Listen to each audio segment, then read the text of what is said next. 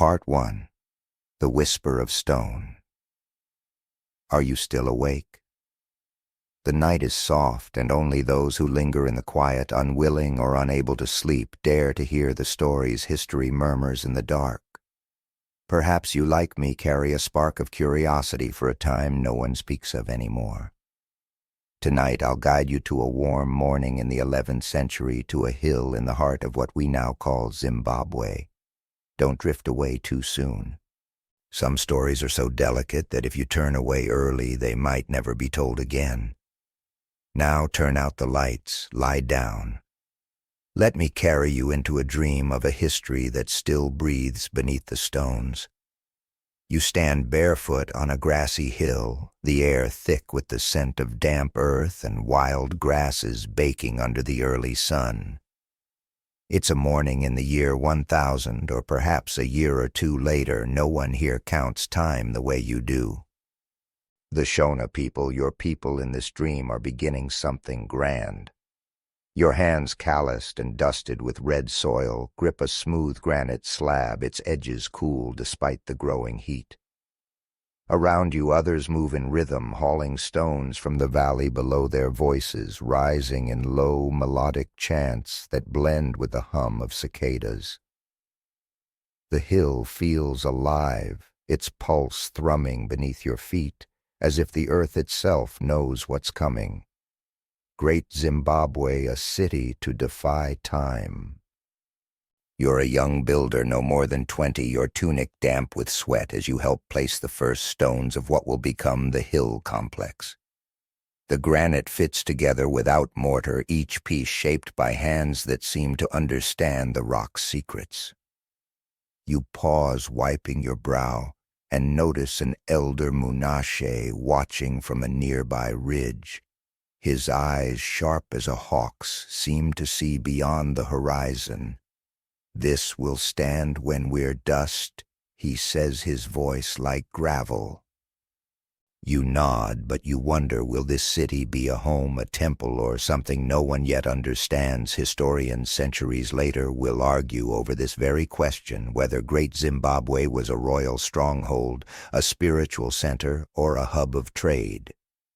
Some will claim it was all three. Others insist it was something else entirely, its purpose lost in the gaps of unwritten history. The sun climbs higher, painting the stones gold, and you hear a soft clink as your friend Tafadzwa fumbles a small chisel. It skitters down the hill, and he chases it, tripping over a root and landing in a patch of thorns. You laugh, the sound bright against the steady tap-tap of stonework. Tafadzwa, you'd carve your own foot before the wall's done, you tease. He grins, dusting himself off, but his clumsiness lightens the weight of the work. You notice a stray dog, skinny and hopeful, sniffing at the edge of the site, its tail wagging as if it too wants to join the effort. You toss it a scrap of dried meat from your pouch, and it scampers off, a small joy in the vastness of the task. The air smells of dust and sweat, but also of something sweeter, wildflowers blooming in the valley below, their fragrance carried on a breeze that rustles the acacia trees. You run your fingers over the granite, its surface rough yet warm like the skin of a living thing. The stones seem to whisper, or perhaps it's the wind carrying stories of ancestors who walked this land before you. You wonder if they're watching, guiding your hands. A woman nearby, her hair braided tightly, hums a tune that feels older than the hill itself. "Keep the rhythm," she says, her voice soft but firm. "The stones like it." You smile at her words, half believing the rocks might indeed have a will of their own. But there's an odd moment that lingers with you. As you place a stone, you notice a small, uneven mark on its surface, a crude spiral etched as if by accident. Did someone carve it in a moment of distraction, or does it mean something more? You ask Munashi, but he only shrugs his eyes, twinkling. "Some things are for the spirits to know," he says. Historians will later puzzle over such marks found in Great Zimbabwe's ruins. Were they symbols of power offerings to ancestors, or mere doodles of bored workers? No one agrees, and the mystery hangs like mist over the stones. You work until the sun dips low, casting long shadows that stretch across the hill like fingers reaching for the future. Your muscles ache, but there's a warmth in your chest, a sense of building something eternal. As you sit with Tafadswa, sharing a meal of millet porridge under a baobab tree, you joke about the dog from earlier. Maybe it's the real king of this place, you say, and Tafadswa snorts, nearly spilling his food. The fire crackles its light dancing on your faces, and you feel the weight of the day settle into your bones. Remember that spiral on the stone. It's a small thing, but it will stay with you, a quiet thread tying you to this place as the city grows. The stars begin to prick the sky, and you lie back on the grass, its blades cool against your skin. The cicadas have quieted, replaced by the soft chirps of night birds. You wonder what this city will become, what stories it will hold. Historians will one day walk these same hills, sifting through the stones you laid, arguing over their meaning. Were you building a palace, a sanctuary, or a dream? The answer feels just out of reach, like a word on the tip of your tongue. For now you close your eyes, letting the hill's heartbeat lull you into sleep, the first stones of Great Zimbabwe resting beneath the endless sky. Part 2. The Dance of the Traders.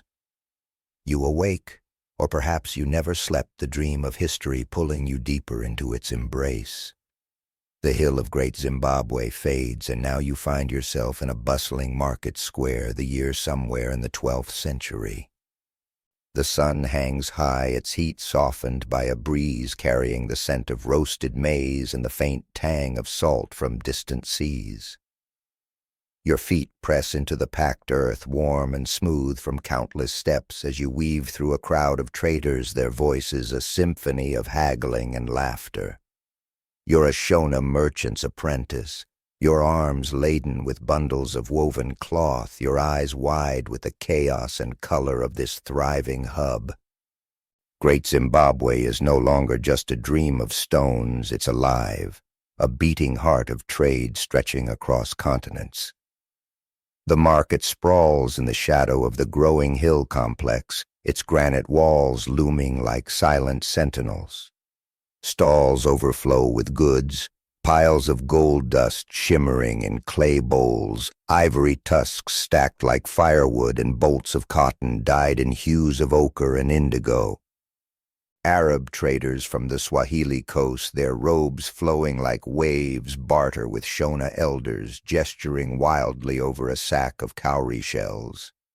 You pause to adjust your load, the cloth's rough weave scratching your arms, and catch the eye of a Swahili merchant named Idris. His beard is flecked with gray, and he's known for an odd habit. He hums a seafaring tune every time he seals a deal, as if the ocean itself approves. "You boy," he calls, waving you over. "This cloth too thin for the coast. Give me something sturdier." You grin, knowing your master's cloth is the best in the market, and hand him a thicker bolt. He hums louder, and you stifle a laugh. His song is off-key, like a bird with a sore throat. The air buzzes with sounds, the clink of metal bangles, the low bellow of cattle being herded nearby, the rhythmic thud of a weaver's loom. You smell the sharp bite of spices, cinnamon, and cloves from far-off lands mingling with the earthy aroma of drying hides. A woman brushes past her basket brimming with millet, and you notice her earrings shaped like tiny crescent moons glinting in the sunlight. You wonder about the hands that crafted them, the stories they carry. Historians will later debate the reach of Great Zimbabwe's trade networks. Some argue the city was a nexus connecting Africa to India and China, with goods flowing through Sofala's ports. Others claim the trade was more regional, its wealth overstated by romanticized accounts. The truth lies somewhere in the dust you tread, in the voices around you. You set down your bundles near your master's stall, a shaded spot under an acacia tree, and take a moment to rest. A child darts through the crowd chasing a stray chicken, its feathers flying as it squawks in protest. The sight makes you chuckle. Surely the chicken thinks it's the king of the market. Catch it before it trades itself for gold. An old woman shouts, her voice cracking with amusement. The crowd laughs and you feel the warmth of this place, its pulse of life. Your master Tendai, a wiry man with a quick smile, hands you a clay cup of water. "Keep your eyes sharp," he says. "Traders like Idris will charm the cloth right out of you." You nod, but your gaze drifts to a pile of soapstone beads, their surfaces etched with patterns that remind you of the spiral you saw on the granite block years ago. Remember that spiral? It's as if the stones themselves are speaking across time. An odd moment catches you off guard. Idris, still humming, pulls a small tarnished mirror from his pack, a rare treasure from across the seas. He holds it up, catching the sun, and the light dances across the market, startling a nearby ox. The beast snorts and lurches, knocking over a stack of baskets, and the crowd erupts in laughter. "Your mirror's a warrior," Tendai teases, and Idris bows dramatically as if accepting applause. You smile, but the mirror fascinates you. Where did it come from? Who looked into it before? Historians will puzzle over such artifacts found in Great Zimbabwe's ruins. Were they proof of vast global trade or mere trinkets carried by a wandering few? The mirror's origin remains a mystery, its reflection holding secrets no one can fully read.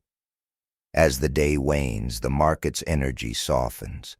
The sun dips, casting long shadows that stretch across the square like fingers tracing the earth. You help Tendai pack the remaining cloth, the air now cooler, smelling of dust and fading spices. A young girl no older than 10 approaches, offering a handful of wild berries for a scrap of cloth. Tendai, ever kind, gives her a small piece, and she beams, clutching it like treasure. You wonder what she'll make of it, a doll's dress perhaps, or a gift for her mother. The moment feels small but heavy, a thread in the tapestry of this city's life.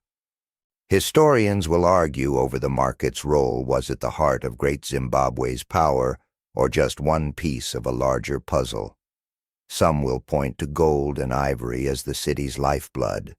Others will say it was the people, their stories traded as freely as goods.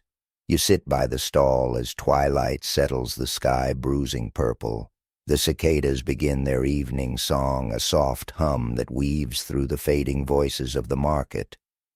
Tendai shares a piece of flatbread, its crust warm and slightly charred, and you eat in silence, watching the last traders depart. Idris passes by humming his tune, and you joke, "He'll hum us all to sleep one day." Tendai laughs, his eyes crinkling. The market square empties, but the stones of Great Zimbabwe stand firm, holding the day's stories. You lie back on a woven mat, the ground still warm beneath you, and let the sounds of the night cricket's distant laughter, the rustle of leaves, carry you into a dream within a dream. The spiral, the mirror, the berries, they linger, small echoes of a city that will outlive you all. Part 3. The King's Shadow. The dream shifts, the market's clamor fading like a distant echo, and you find yourself standing on a stone terrace of the hill complex high above the valley of Great Zimbabwe. It's the 13th century now, the sun low and golden, casting a warm glow over the granite walls that have grown taller since you last stood here. The air carries the scent of burning wood and crushed herbs, mingling with the faint musk of livestock drifting from the valley below. Your sandals scuff against the smooth stone, worn by countless feet as you clutch a woven basket filled with offerings, dried maize, and a small clay pot of honey for the Mambo, the king who sits in judgment today. You're a young attendant, barely noticed in the shadow of power, your heart quickening as you watch the heart of the kingdom unfold. The terrace overlooks a wide courtyard where the Mambo, draped in a leopard skin cloak, presides from a carved wooden seat. His presence is heavy like the stones themselves, and the crowd gathered below is hushed, their murmurs blending with the soft coo of doves perched on the walls. A dispute is unfolding. Two farmers argue over a strip of grazing land, their voices sharp but respectful. The Mambo listens, his face unreadable, his fingers tracing the edge of a polished staff.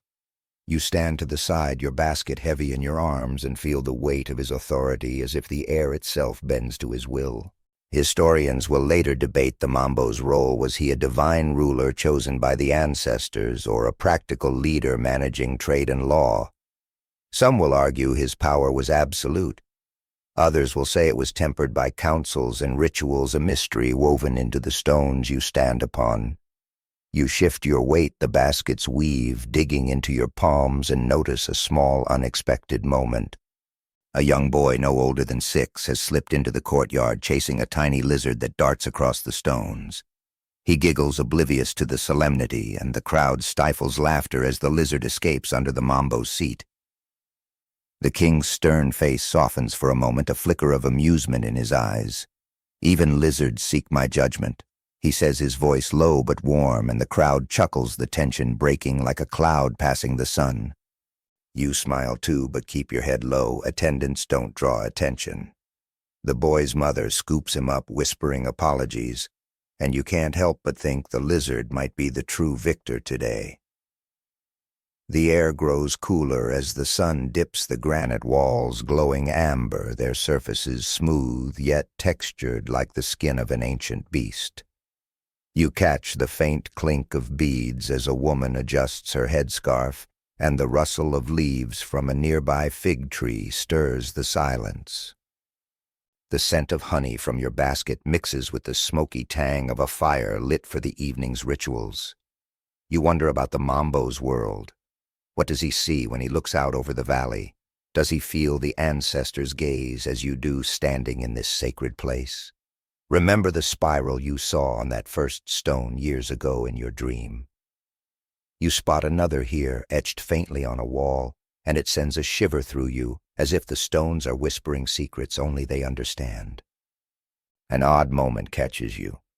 One of the farmers, still arguing his case, gestures so wildly that his woven bracelet flies off, landing near your feet.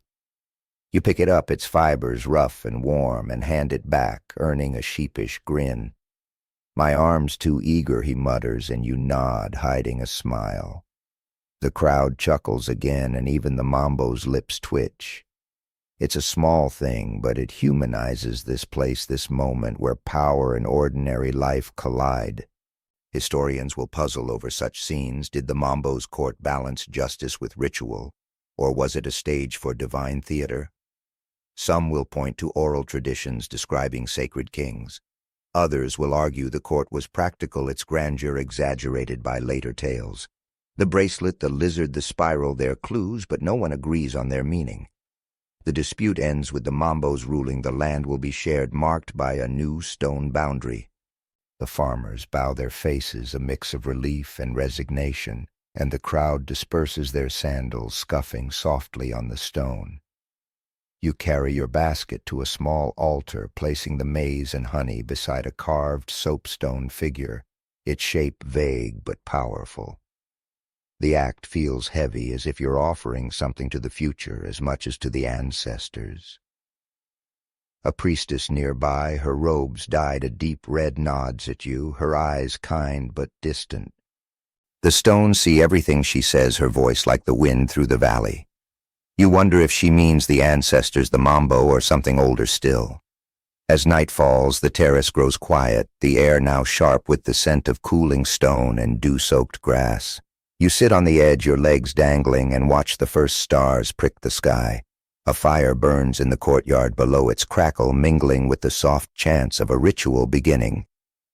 You think of the boy and his lizard, the farmer's bracelet, and you smile. Great Zimbabwe is not just stone and power, but people, their quirks and stumbles. Maybe the lizard's the real Mambo, you whisper to yourself, chuckling at the thought.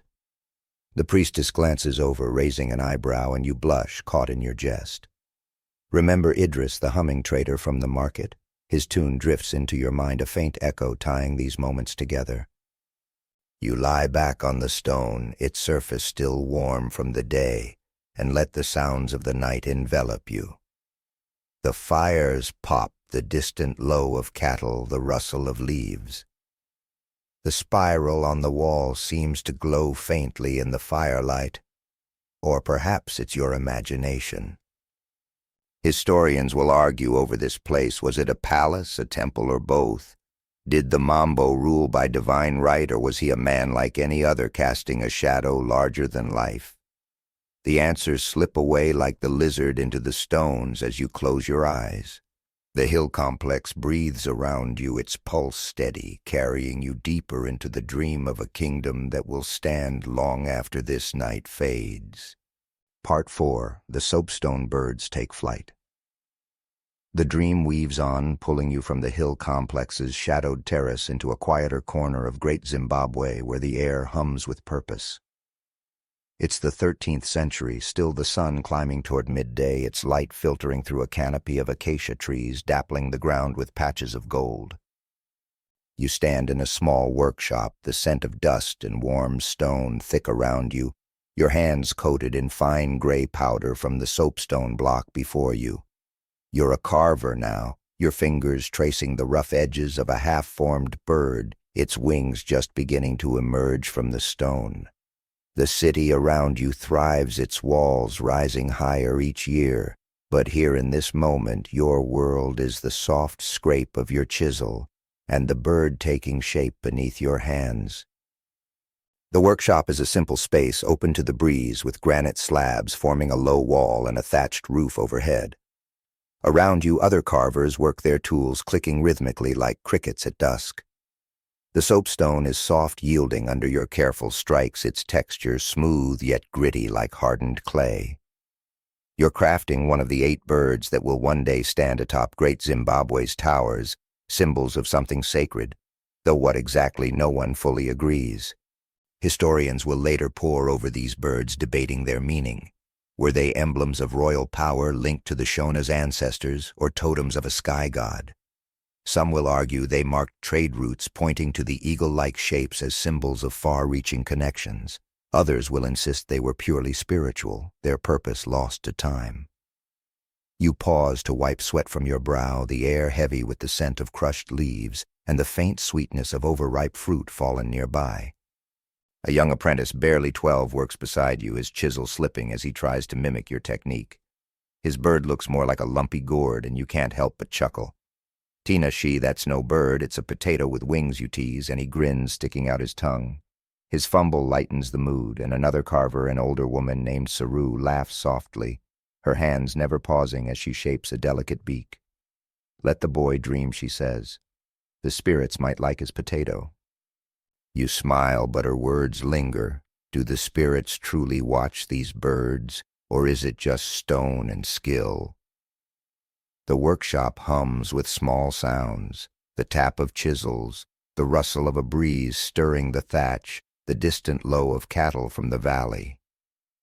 You notice a tiny spider weaving a web in the corner of the granite wall, its thread catching the sunlight like a silver filament. The sight feels oddly significant, as if the spider too is crafting something eternal. You run your fingers over your bird's emerging wing, its curves smooth and cool, and feel a connection to something larger, perhaps the ancestors, perhaps the city itself. Remember the spiral you saw on the first stone and again on the hill complex wall. You spot another here, scratched faintly into the workshop's floor, as if someone paused mid-work to leave a mark. You wonder if it's a signature, a prayer, or just a restless doodle. An odd moment breaks the rhythm. Tinashi, still struggling, sneezes loudly, sending a cloud of soapstone dust into the air.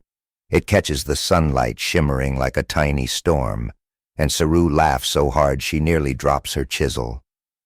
"Boy, you've carved the air now," she says, and even you can't help but laugh, the dust settling on your tunic like faint snow. Tinashi blushes but joins in his sneeze, a small human interruption in the sacred work. Historians will later find such workshops, their floors littered with stone chips and half-formed figures, and argue over their purpose.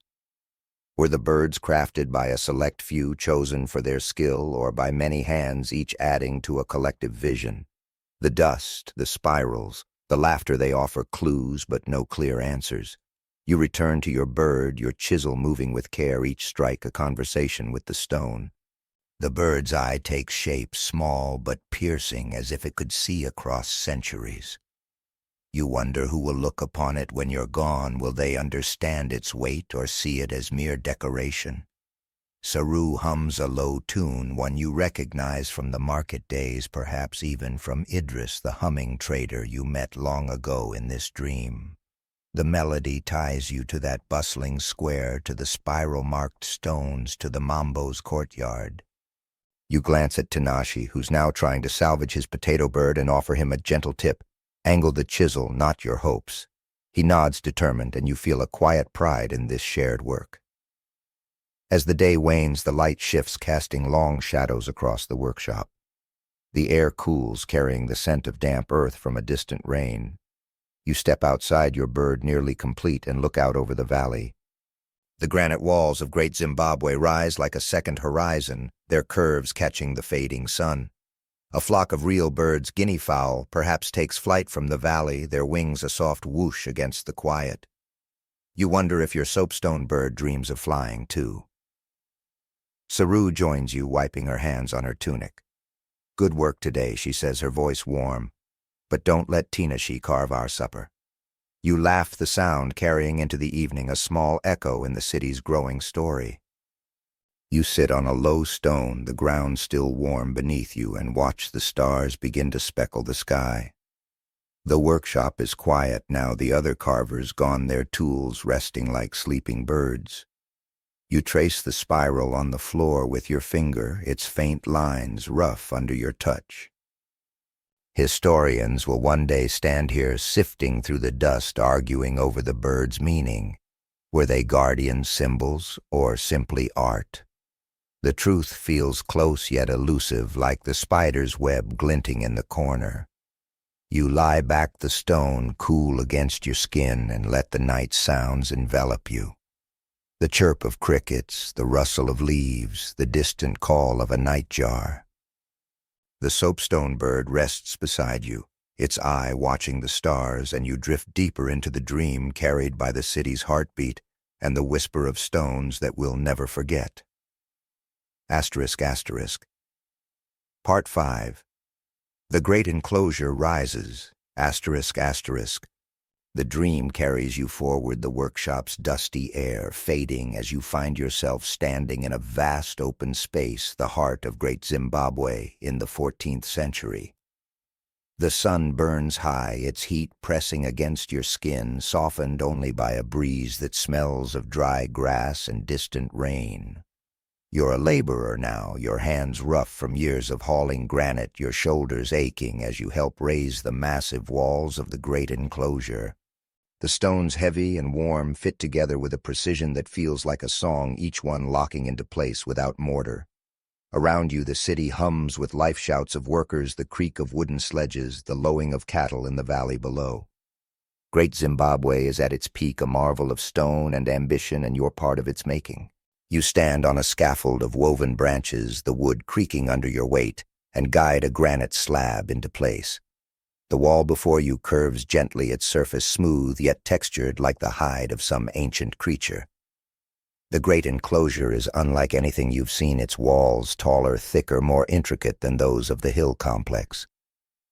You trace your fingers along a finished section, feeling the faint ridges where stones meet, and marvel at how they hold without glue or clay.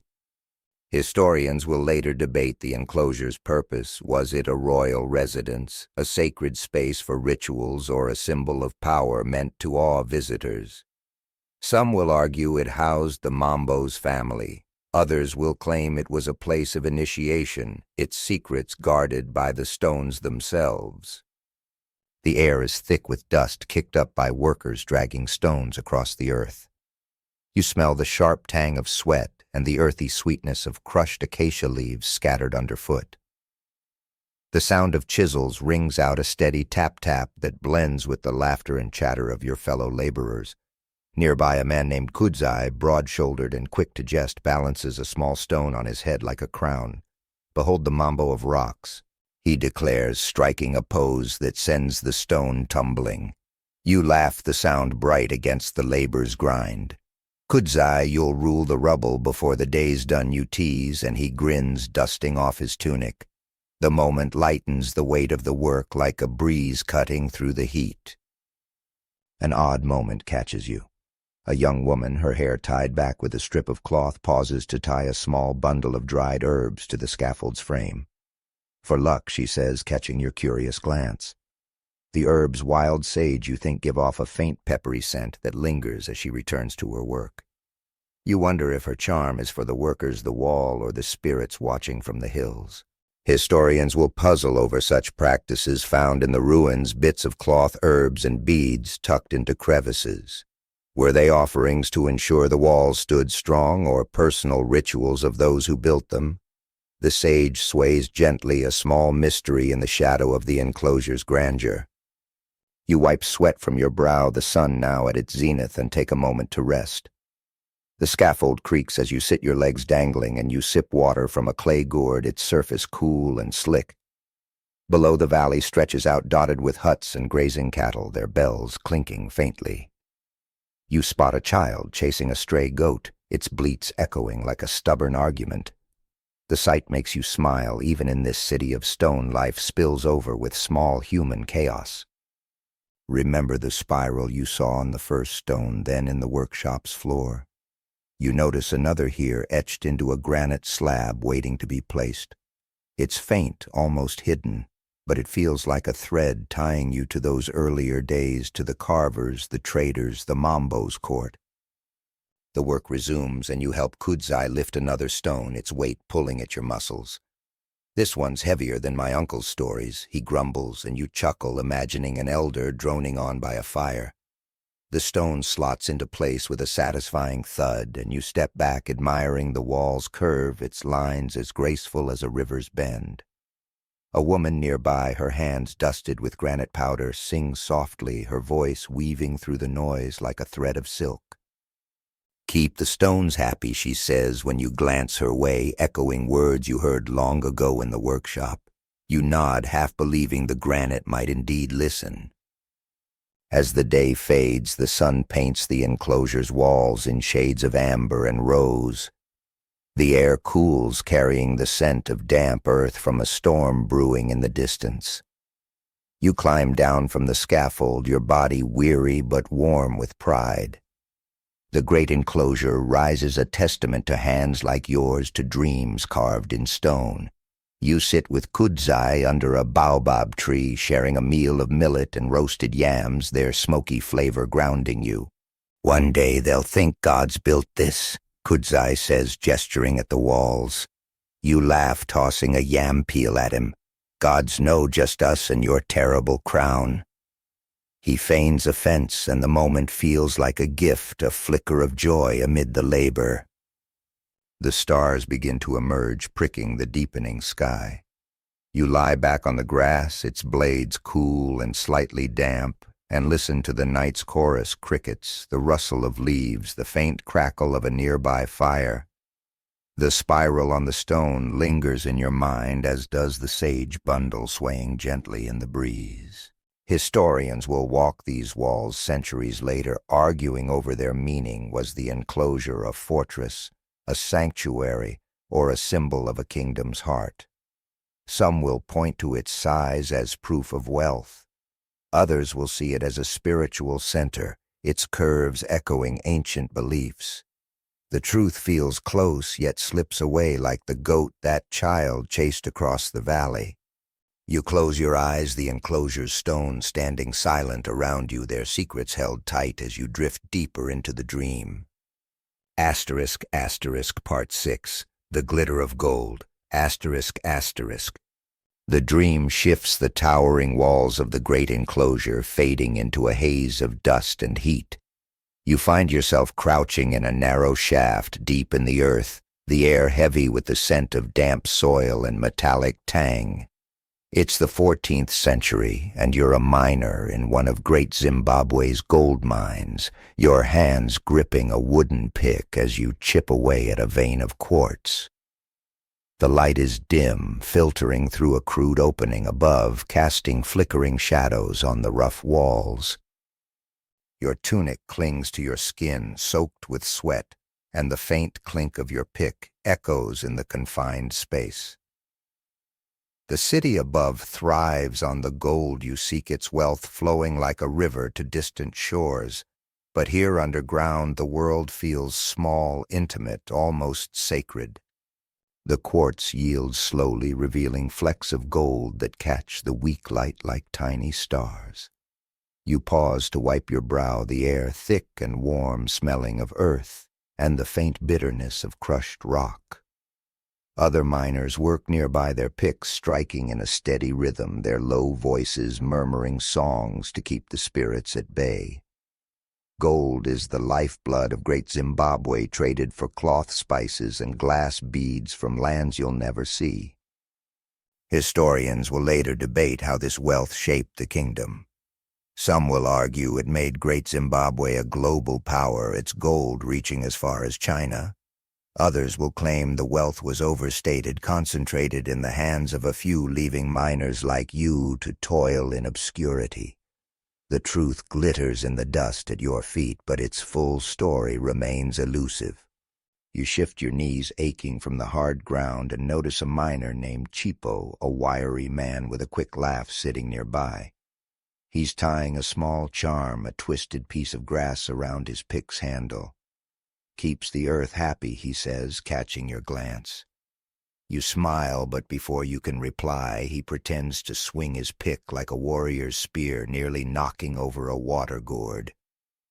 "Chipo, you'll mine the air before the gold, you tease," and he laughs, the sound bouncing off the walls. The moment is light a spark in the dimness, and you feel the camaraderie that binds you to these men, these tunnels. Even here in the earth's belly, humor finds a way. An odd moment interrupts the work. A tiny bat, disturbed by the noise, fluttered down from the shaft ceiling, its wings a soft whir in the still air. It lands on Chipo's shoulder, startling him, and he yelps, dropping his pick. The other miners roar with laughter, and Chipo, recovering, bows to the bat as if it's a chief. "Welcome, our overseer," he declares, and you can't help but chuckle, the bat flapping away into the dark. The incident feels like a gift, a reminder of life's small surprises, even in this hard place. Historians will later find traces of such mines, tools, charms, even bat bones, and wonder about the miners' lives. Were they skilled laborers, revered for their craft, or mere workers, their names lost to time? The grass charm, the bat's visit, their clues, but their meaning is debated, as fleeting as the creature itself. You return to your work, the quartz yielding another fleck of gold. You scoop it into a small leather pouch, its weight slight but heavy with promise. The shaft smells of sweat and stone, but a faint breeze carries the scent of wild thyme from above, a reminder of the world beyond. You hear the distant thud of a hammer shaping tools for the mine, and the soft hum of a miner's song, its melody familiar like the one Idris sang in the market long ago in your dream. Remember the spiral you saw on the first stone, then in the workshop and the enclosure. You spot another here, scratched into the quartz, barely visible in the dim light. It feels like a message, a thread tying you to the city above, to the carvers and builders who shaped its glory. The day stretches on your arms, growing heavy, the pick's handle slick in your hands. You climb out of the shaft for a break, blinking in the harsh sunlight. The world above is alive, birds call from the acacias, their wings a flash of color, and the valley hums with the sounds of cattle and distant voices. You sit on a flat rock, sharing a meal of millet porridge with Chipo, its warmth soothing your throat. "This gold," he says, gesturing to the pouch at your side, "it'll travel farther than we ever will. You nod, imagining it in the hands of traders like Idris crossing seas you can only dream of. Maybe it'll buy someone a potato bird, you joke, recalling Tinash's lumpy carving from the workshop. Chipo snorts, nearly choking on his porridge, and the laughter feels like sunlight in the mine's shadow. As evening falls, the air cools, the sky turning a deep indigo streaked with gold. You lie back on the grass, its blades tickling your neck, and watch the first stars emerge. The mine's entrance looms nearby, a dark mouth in the earth, and you wonder about the gold you've pulled from it, where it will go, who it will touch. The spiral in the quartz lingers in your mind, as does Chipo's grass charm swaying in the breeze you imagine still blowing through the shaft. Historians will argue over the gold's role. Was it the foundation of Great Zimbabwe's power, or a fleeting wealth that couldn't sustain it? Some will point to trade records. Others will say the real wealth was the city's people, their labor and stories. The bat, the charm, the spiral, they're fragments of a puzzle no one can fully solve. You close your eyes, the ground cool beneath you, the night sounds wrapping around you like a blanket, the chirp of crickets, the rustle of leaves, the faint clink of a miner's tool in the distance. The gold in your pouch feels heavy, a piece of the earth's heart, and you wonder if the spirits Chipo spoke of are watching, pleased or indifferent. The city above, with its soaring walls and soapstone birds, feels both near and impossibly far, a dream within your dream. You drift, carried by the rhythm of the night, the spiral's faint curve glowing in your mind as Great Zimbabwe's heartbeat pulses on. Asterisk, asterisk, Part 7, The Feast of the Ancestors, asterisk, asterisk.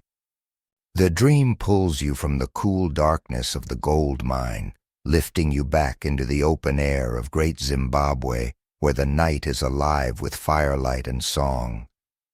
It's the 14th century, and you stand in the hill complex, the granite walls glowing faintly under a full moon that hangs low, casting silver across the stones.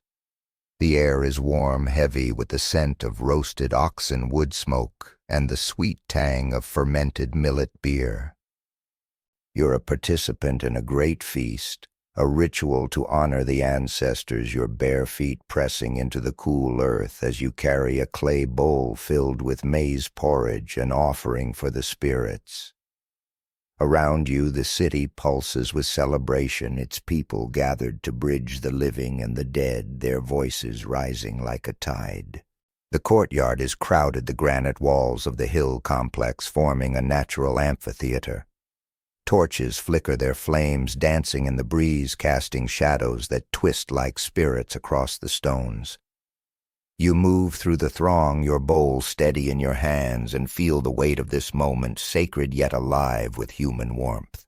Men and women in woven tunics, their beads and bangles clinking softly, sway to the beat of drums, their rhythms deep and steady, like the heartbeat of the earth. The mambo, seated on a raised platform, watches over the gathering, his leopard skin cloak catching the firelight. Historians will later debate the nature of these rituals. Were they purely spiritual, binding the Shona to their ancestors, or political displays to reinforce the mambo's power? Some will point to oral traditions describing ancestor worship. Others will argue the feasts were communal, uniting a diverse kingdom. You place your bowl on a stone altar, its surface worn smooth by countless offerings, and step back, the scent of maize mingling with the smoky richness of roasting meat. A young woman beside you, her hair adorned with cowrie shells, pours beer from a gourd, her hand steady despite the crowd's energy. You catch her eye, and she smiles, nodding toward an elder named Rufaro, who's telling a story to a group of children. His voice is gravelly, his gestures wild, and he's claiming the moon itself came down once to taste the feast's beer. The children giggle, one boldly shouting, "The moon's too sober for that." You laugh, the sound blending with the drums, and even the woman with the gourd chuckles. Rufaro's tales are stronger than the beer you whisper, and she nods her shells clinking as she moves on. An odd moment catches you.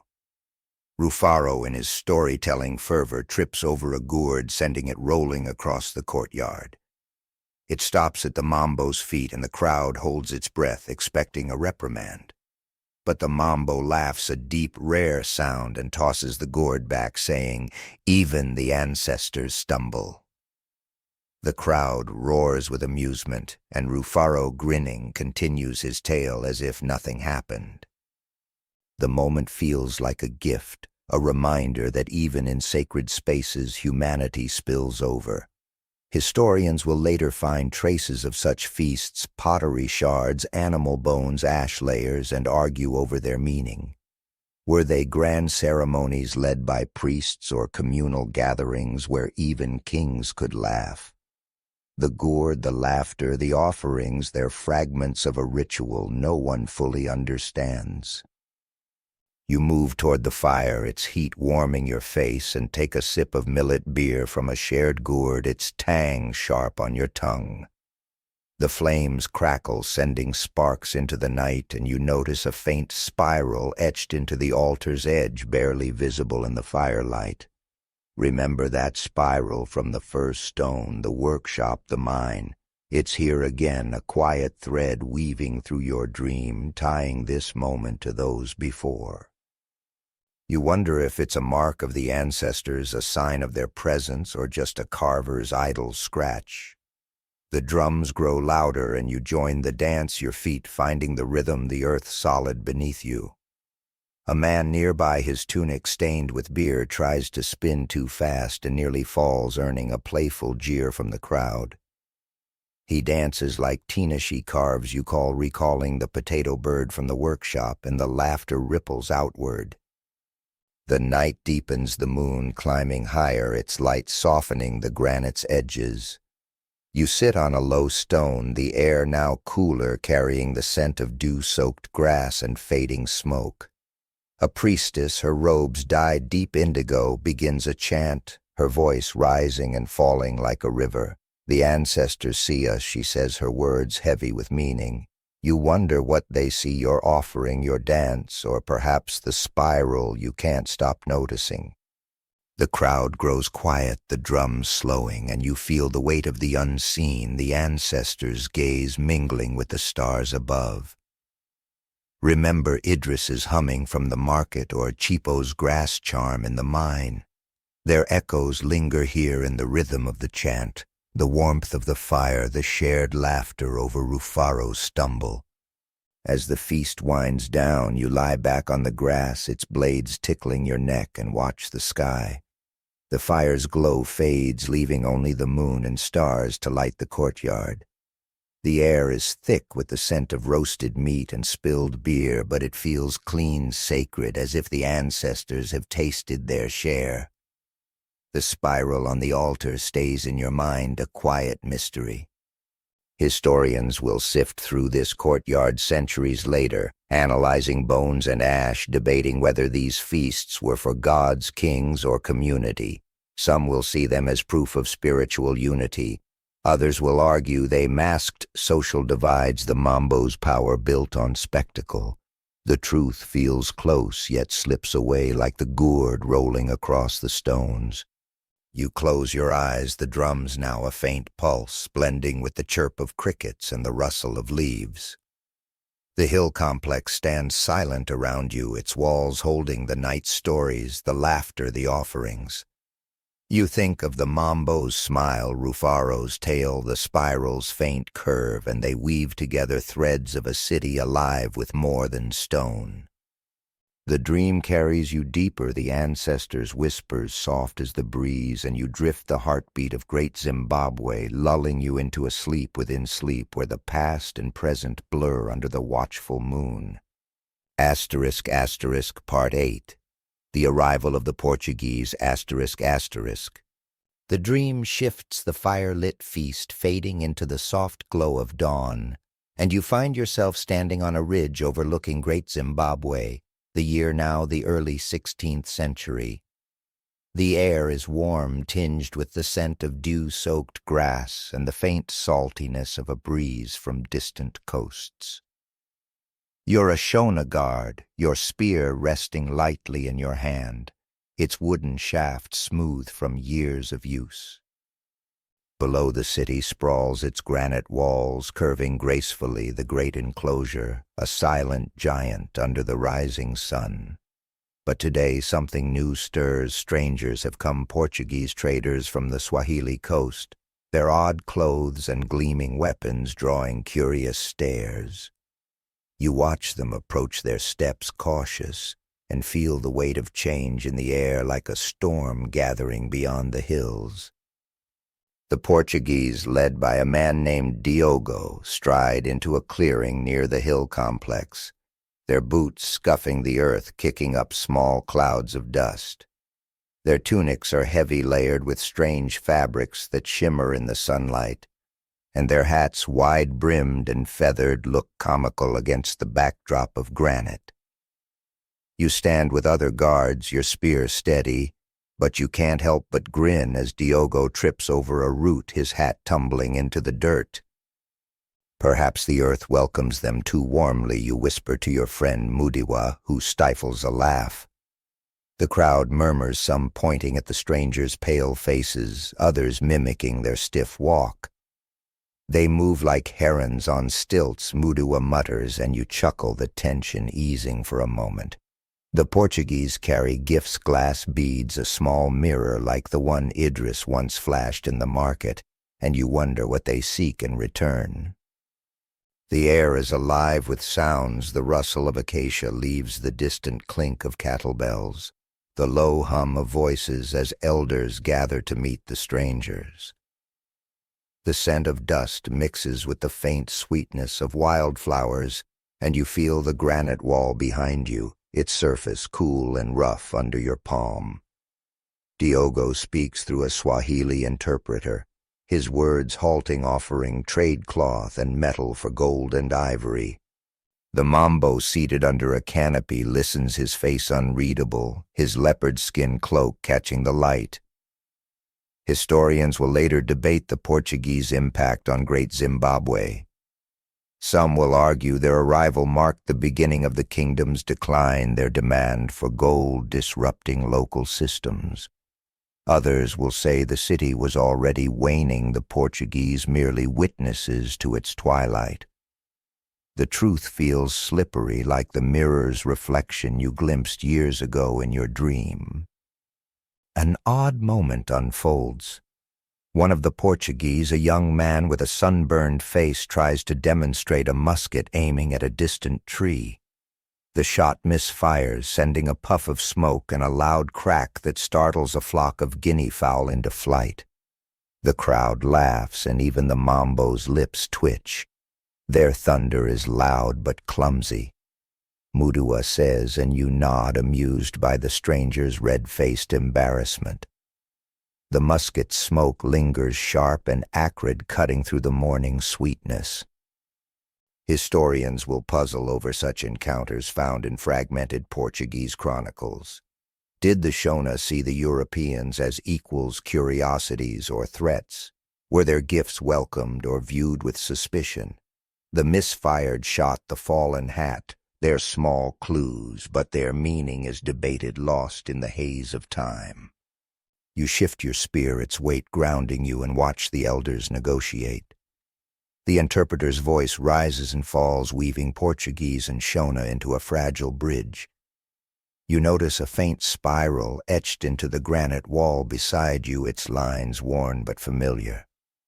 Remember that spiral from the first stone, the workshop, the mine, the feast. It's here again, a quiet thread through your dream, as if the stones themselves mark the passage of time. You wonder if the Portuguese notice it, or if they see only the gold they crave. A child nearby, bolder than most, mimics Diogo's stiff walk, earning a playful swat from his mother. He'll trade his manners for beads, she mutters, and you smile, the moment a reminder that life persists even as strangers bring change. The meeting ends with an agreement the Portuguese will return with more goods, and the mambo will consider their offer. You watch them depart, their figures shrinking into the valley, their hats bobbing like strange birds. The air cools as the sun climbs higher, the scent of dust settling, replaced by the earthy tang of approaching rain. You sit on a low stone, your spear across your lap, and share a gourd of water with Mudiwa. "They'll bring more than beads next time," he says, his voice low. You nod, thinking of the musket, its smoke still sharp in your memory. "Maybe they'll bring a better aim," you joke, recalling Tinashe's potato bird from the workshop, and Mudiwa laughs, the sound carrying over the ridge.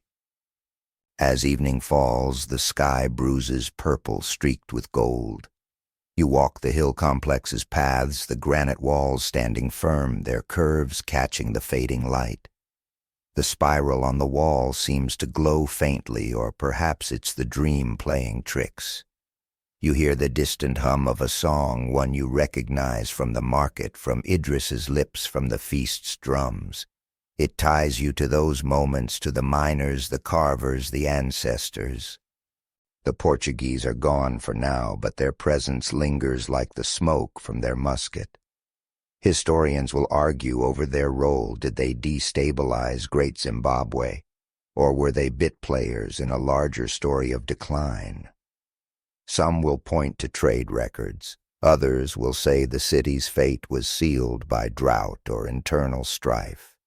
The spiral, the misfired, shot the child's mimicry, their fragments, but no one agrees on their weight. You lie back on the grass, its blades cool and slightly damp, the night sounds wrapping around you, crickets, the rustle of leaves, the faint call of a nightjar. The hill complex feels alive, its stones holding the day's story, the strangers, the laughter, the uneasy promise of trade. You think of Diogo's hat tumbling into the dirt and smile.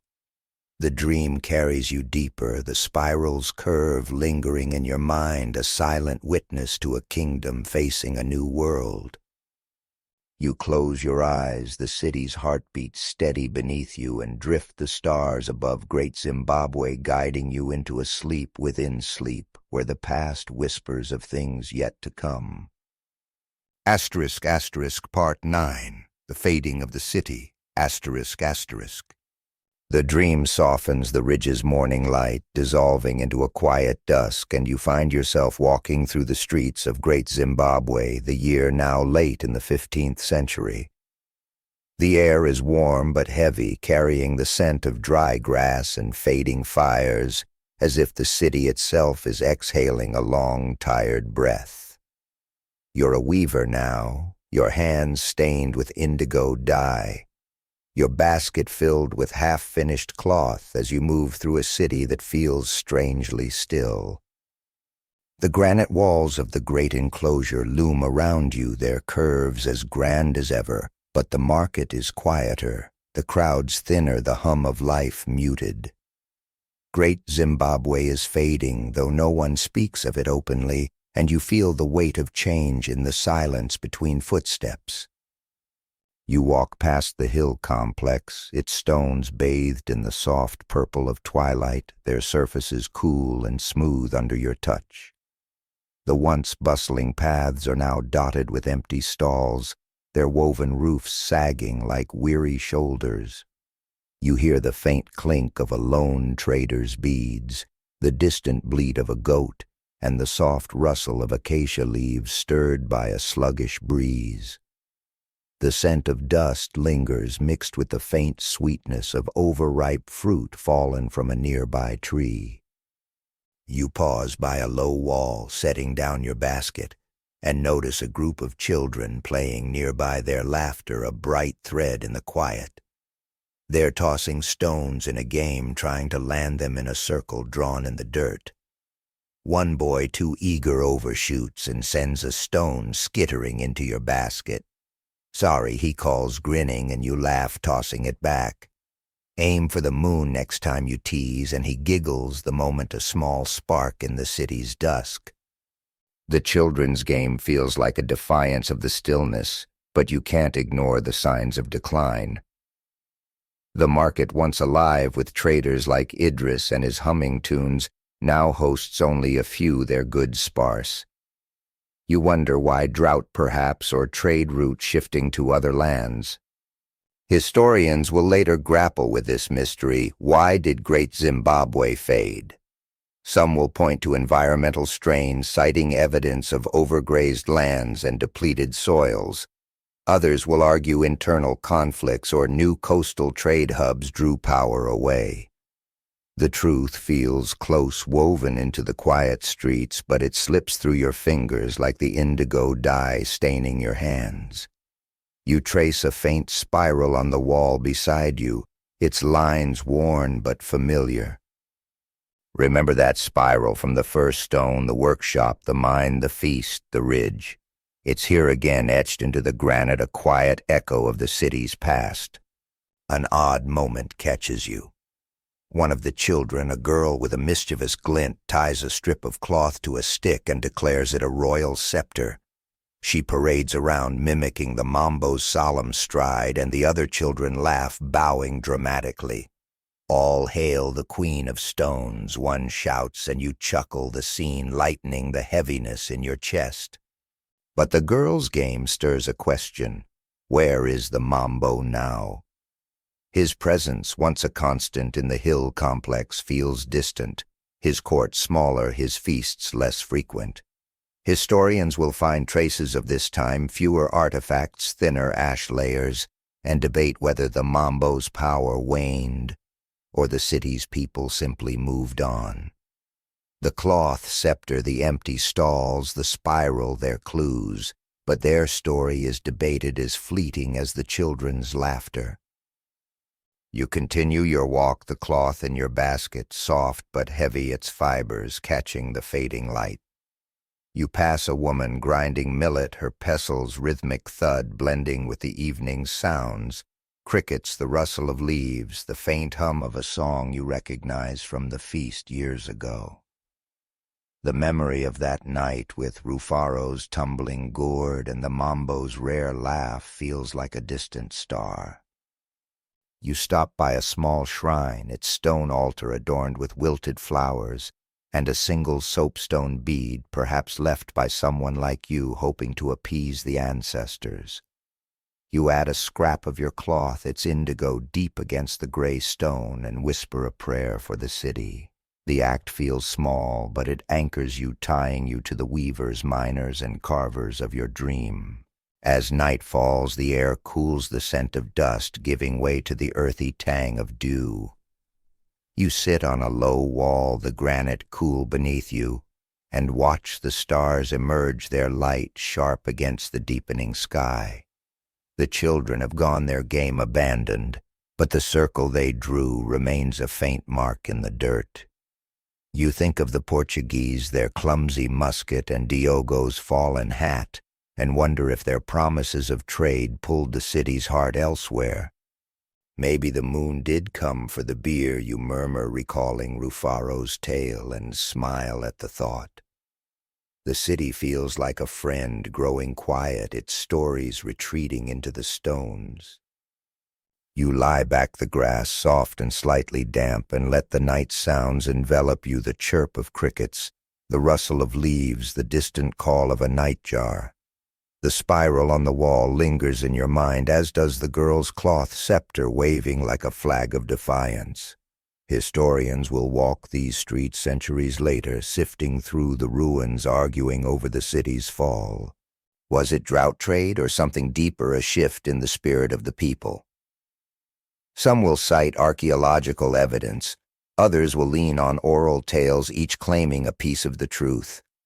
The children's game, the empty market, the indigo cloth, they're fragments of a story no one can fully weave. You close your eyes, the city's heartbeat faint but steady, and drift deeper into the dream where Great Zimbabwe sleeps under a sky that holds its secrets close.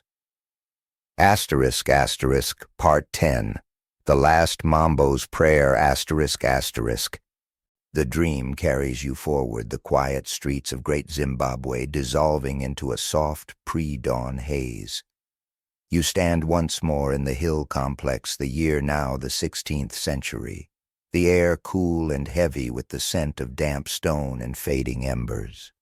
The granite walls, still grand, seem to lean inward as if guarding secrets from a world that's turning away. You're a guard again, your spear resting against your shoulder, its tip glinting faintly in the first light. You've been summoned to stand watch as the Mambo, the last great king of this city, prepares for a private ritual.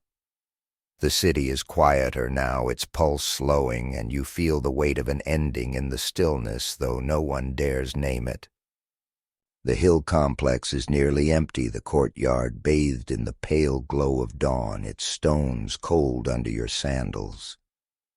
You stand near a small altar, its surface etched with faint patterns, and watch the Mambo, his figure stooped but regal, his leopard skin cloak draped loosely over his shoulders.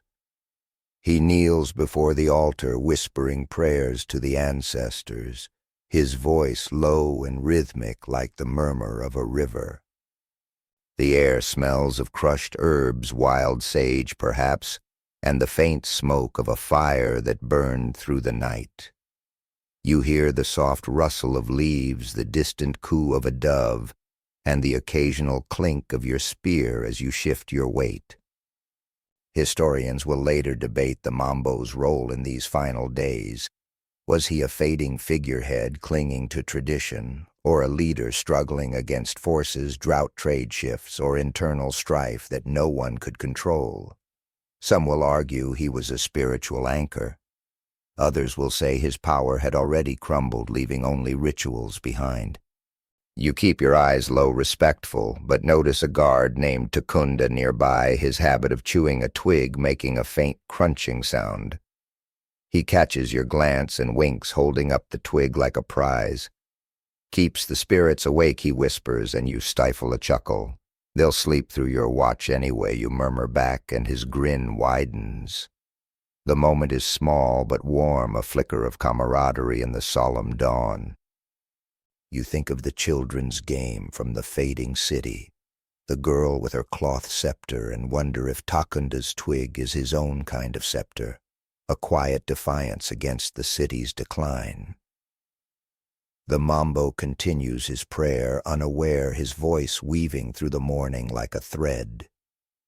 An odd moment unfolds.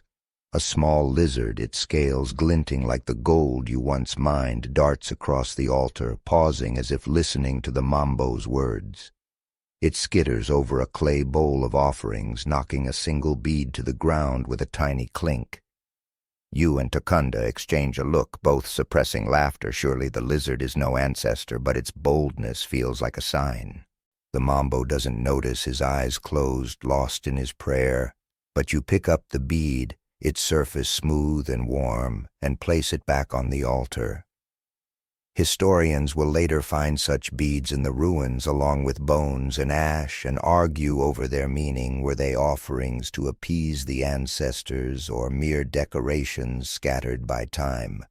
The lizard, the bead, the twig, they're fragments of a moment, their significance debated as fiercely as the Mambo's fading rain.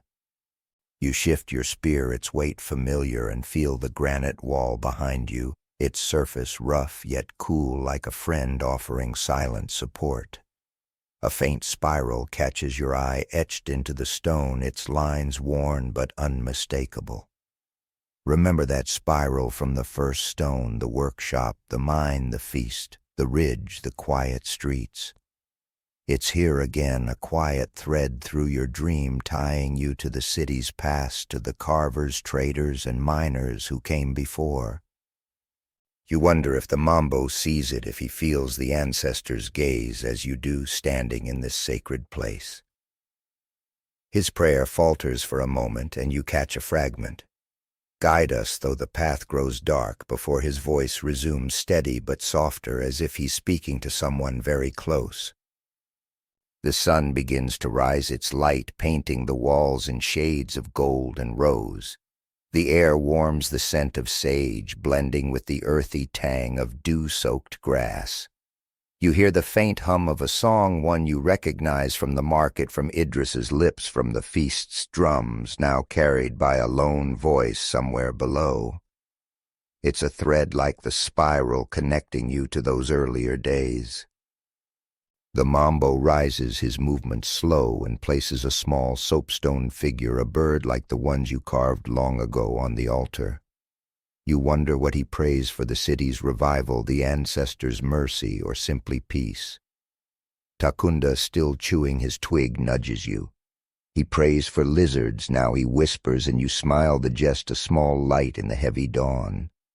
As the mambo departs, his cloak trailing across the stones, you and Takunda remain, your watch not yet over.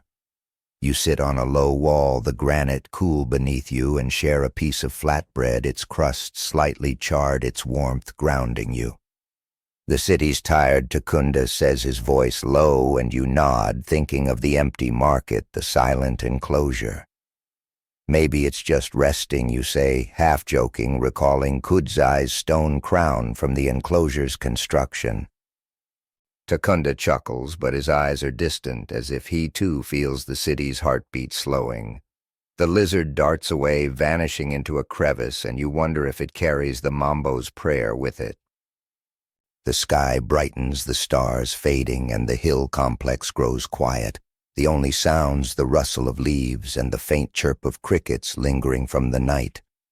The spiral on the wall seems to glow faintly in the morning light, or perhaps it's your imagination. Historians will stand here centuries later, sifting through the altar's remains, arguing over the mambo's final days. Did he know the city was dying, or did he believe it could rise again? Some will cite drought and trade shifts.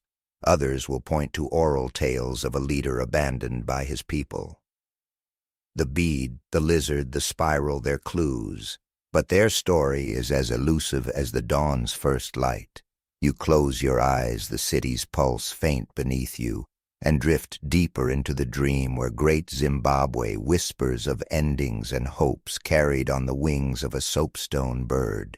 Part 11. The ruins sleep, The dream shifts, the dawn's golden glow fading into a quiet afternoon, and you find yourself wandering through the empty streets of Great Zimbabwe, the year now the 17th century. The air is warm, heavy with the scent of dry grass and sun-baked stone, the city's heartbeat a faint whisper beneath your feet. You're a lone traveler. Your sandals worn thin, a woven bag slung over your shoulder as you explore a place that feels both familiar and strange.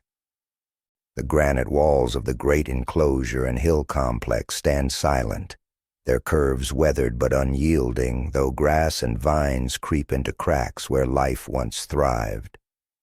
The city sleeps abandoned by its people, and you, a passerby from a distant village, feel like a guest in a house left unlocked.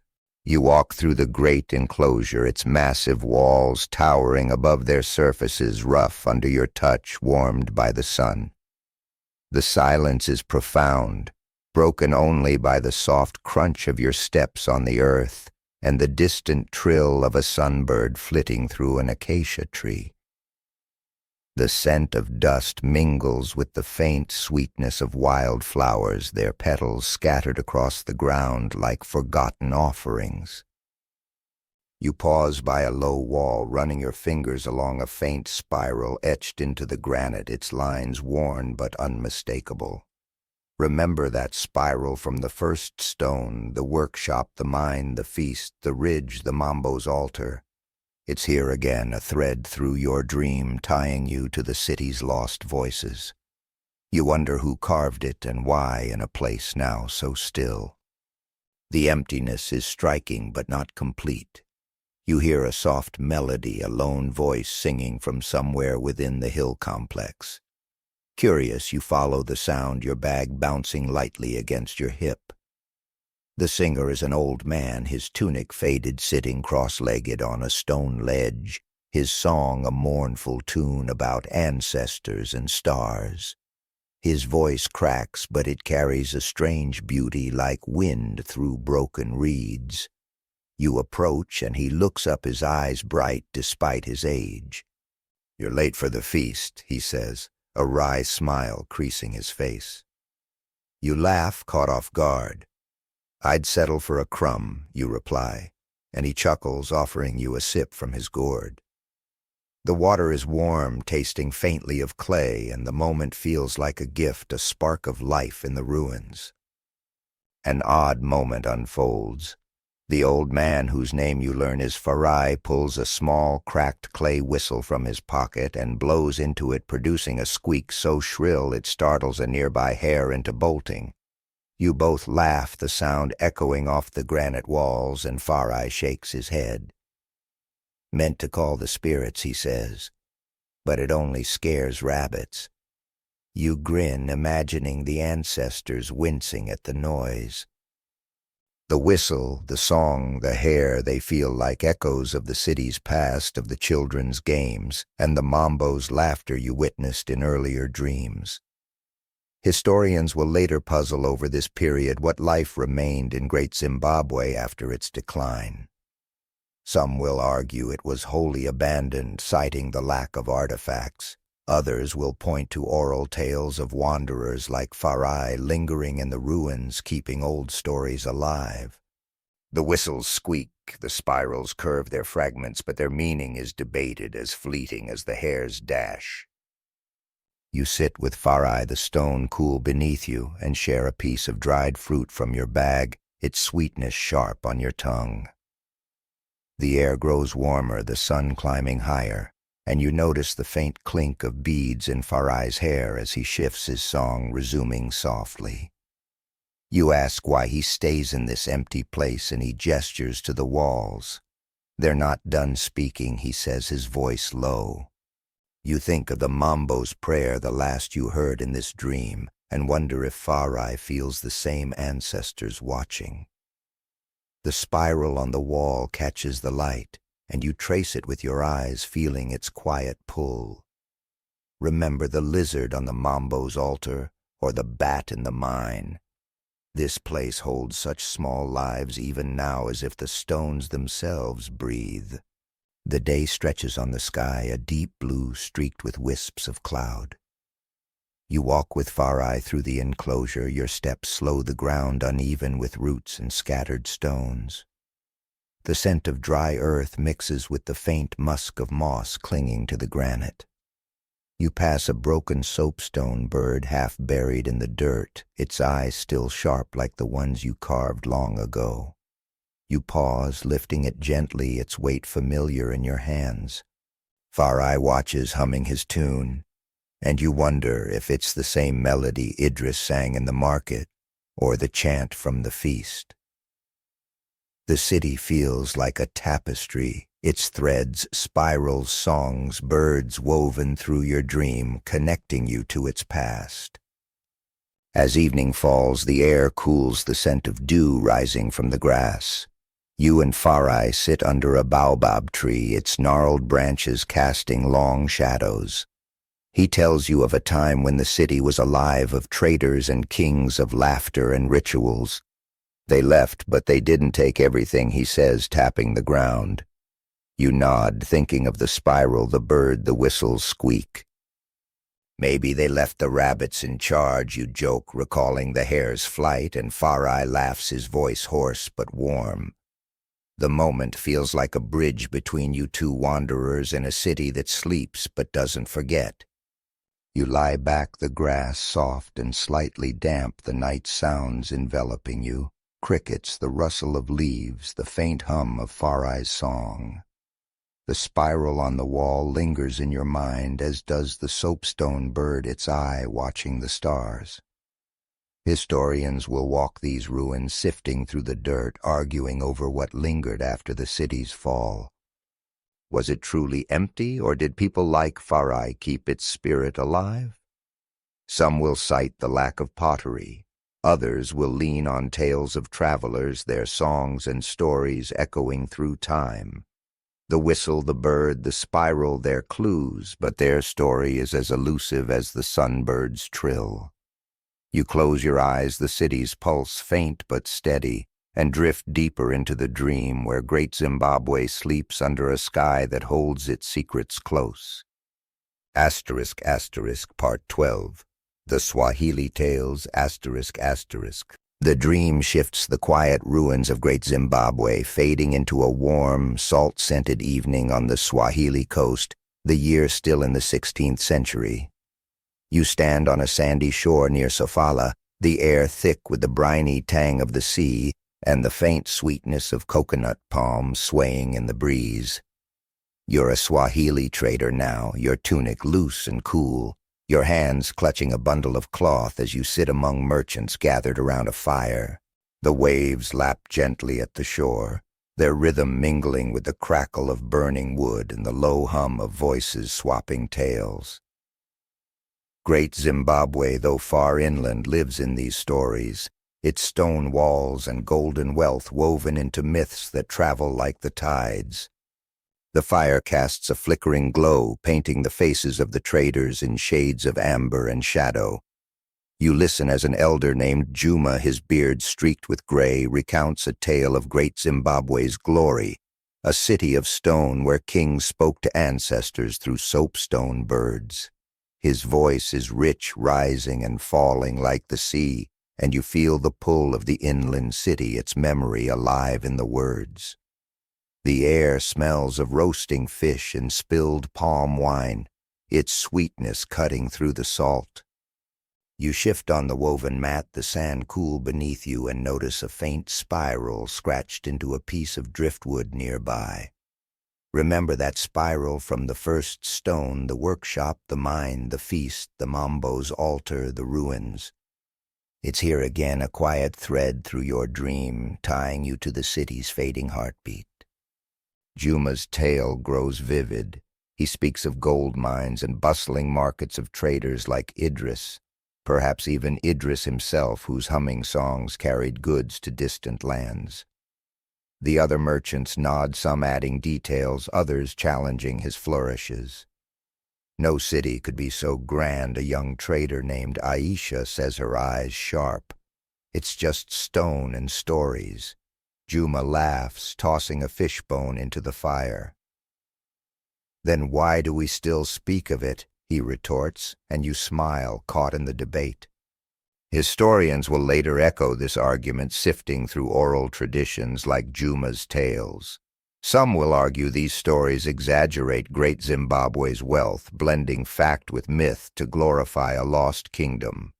Others will say they preserve truths written records can't capture, pointing to artifacts like gold beads found along the coast. The spiral, the tales, the fire, their clues, but their meaning dances like the flames. An odd moment breaks the rhythm. Juma, caught up in his story, gestures wildly and knocks over a gourd of palm wine, the liquid splashing across the sand. The traders laugh, and Aisha teases, "Your tales are wetter than the sea." Juma grins unperturbed and tries to salvage the gourd, only to spill more.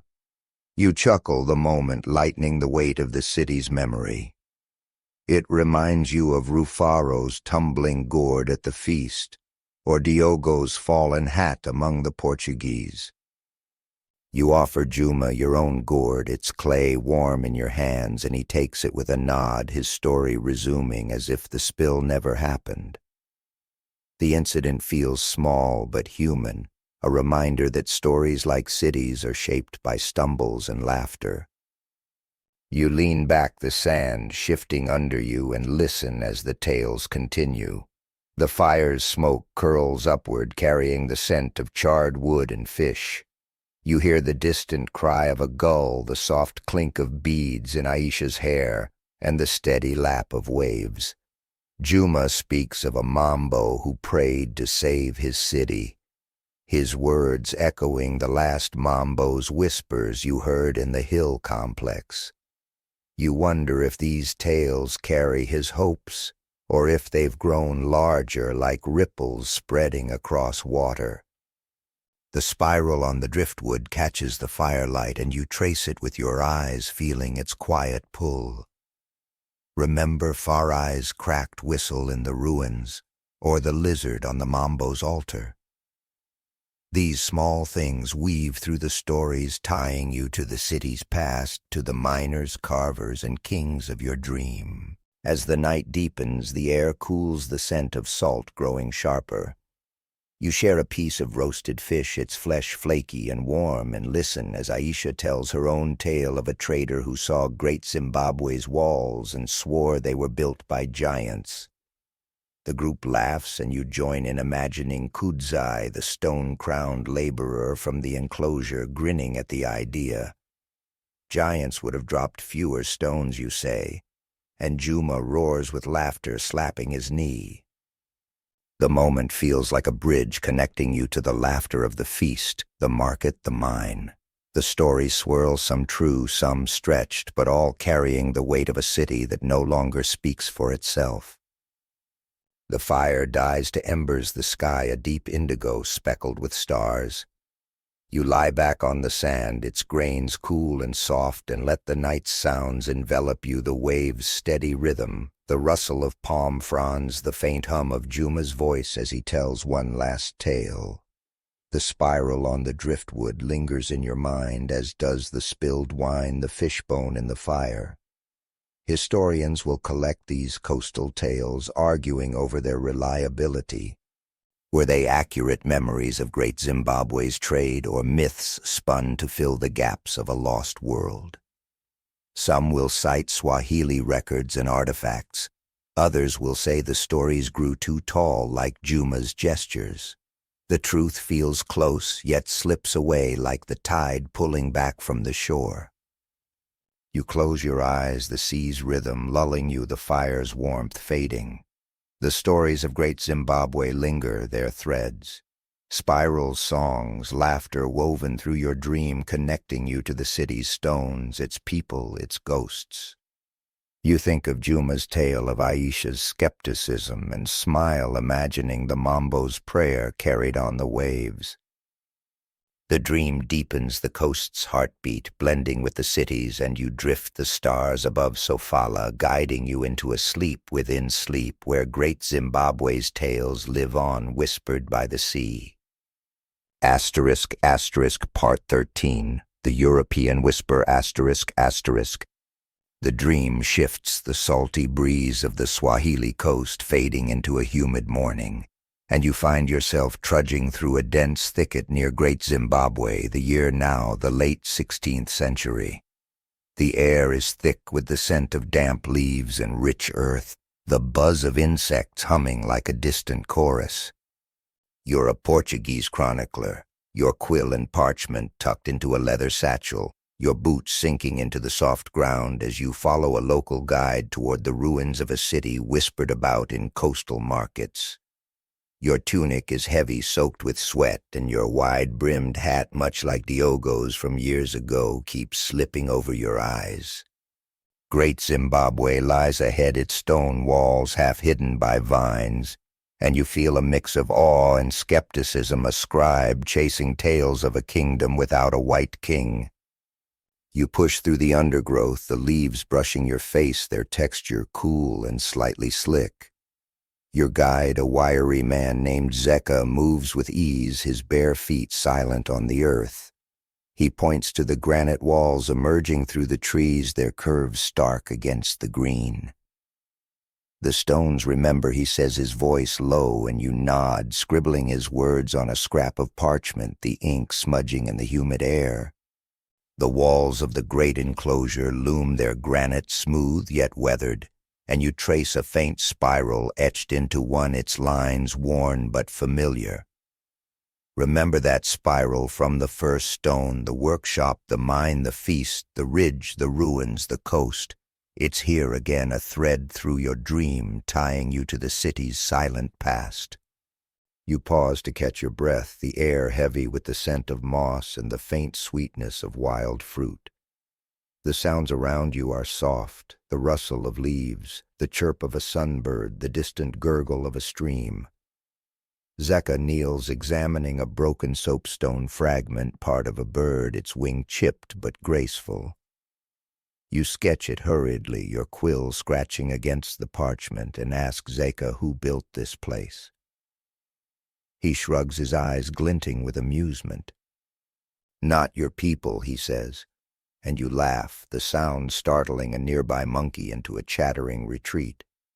"My people prefer paper to stone," you reply, adjusting your hat, and Zeka grins, clearly unimpressed by your ink-stained fingers. The moment is light, a spark of humor in the weight of discovery. An odd moment unfolds. As you sketch the spiral, your hat slips again, tumbling into a patch of thorns. Zeka laughs, retrieving it with a stick, and hands it back, its brim now adorned with a single thorn like a crown. A king's hat, he teases, and you chuckle, brushing off the dirt. The incident reminds you of Diogo's fallen hat among the Portuguese traders, or Juma's spilled wine on the coast. You wonder if this city collects such stumbles, weaving them into its story.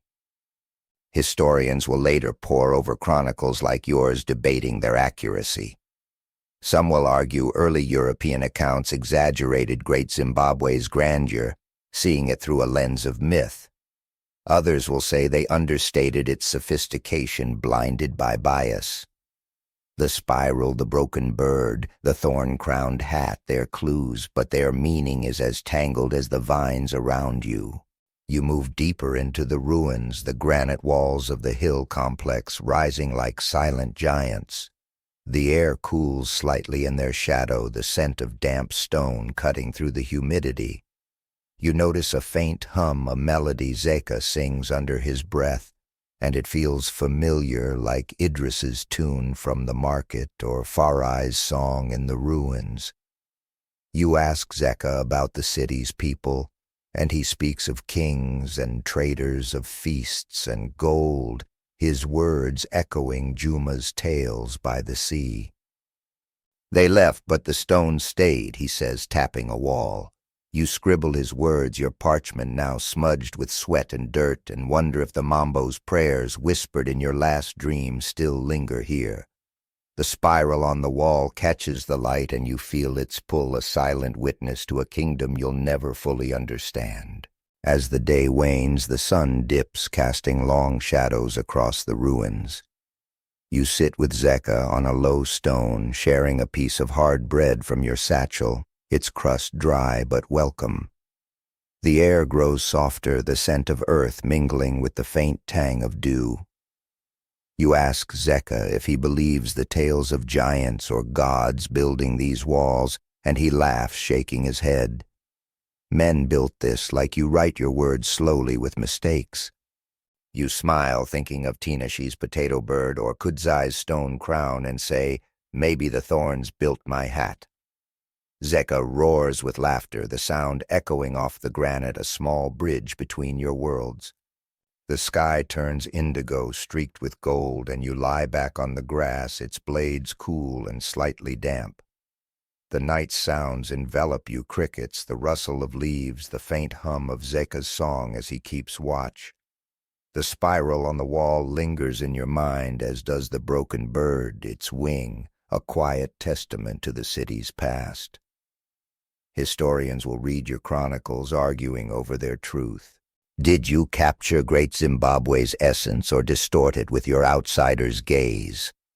Some will cite your sketches as evidence of a lost empire. Others will dismiss them as fanciful, colored by the myths of the coast. The thorn, the spiral, the song, they're fragments, but their story is as elusive as the monkey's chatter. You close your eyes, the city's pulse faint beneath you, and drift deeper into the dream where Great Zimbabwe whispers through the stones, its secrets carried on a scribe's smudged page. ***, Part 14, The Rediscovery ***. The dream shifts, the tangled thickets around Great Zimbabwe fading into a golden afternoon, the year now 1871. You find yourself standing on a dusty path, the air thick with the scent of dry grass and sun-warmed earth, a faint whiff of gunpowder clinging to your clothes. You're a companion to Karl Mauch, a German explorer, your boots scuffed and heavy as you follow him toward the ruins of Great Zimbabwe. Your satchel holds a water flask and a notebook, its pages already filled with Malch's feverish sketches. The granite walls of the great enclosure rise ahead, half-choked by vines, their curves both majestic and mournful. You feel a mix of awe and unease, as if the stones are watching, judging the newcomers who dare to name them. Malch strides ahead, his hat tilted against the sun, his voice sharp with excitement as he mutters about ancient empires. You're a hired guide, a local hunter who knows these hills, your knowledge drawn from stories passed down through generations. The air is alive with sounds, the buzz of cicadas, the rustle of leaves, the occasional squawk of a hornbill overhead. You pause by a granite wall, its surface rough under your palm, and notice a faint spiral etched into the stone, its lines worn but unmistakable. Remember that spiral from the first stone, the workshop, the mine, the feast, the ridge, the ruins, the coast, the chronicler's sketch. It's here again, a thread through your dream, tying you to the city's silent history. You wonder if Malch sees it or if his eyes are too fixed on his own story. You point out the spiral, but Malch waves it off, scribbling furiously in his notebook about Solomon's mines and Ophir's gold. His obsession feels heavy, like the heat pressing down on you. You share a glance with another guide, a wiry man named Simba, who rolls his eyes and mutters.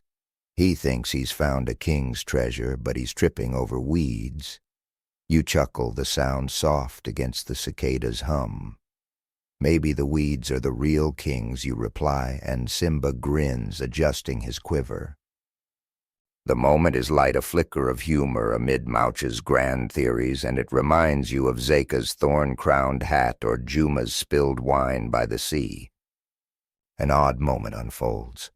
Malch, caught up in his sketching, steps backward and nearly falls into a shallow ditch, his hat flying off, much like Diogo's centuries ago. You catch his arm, steadying him, and Simba retrieves the hat, presenting it with a mock bow. "Your crown explorer," he says, and you laugh, the sound echoing off the granite. Malch, red-faced, brushes off his coat and mutters about the ruins' treachery.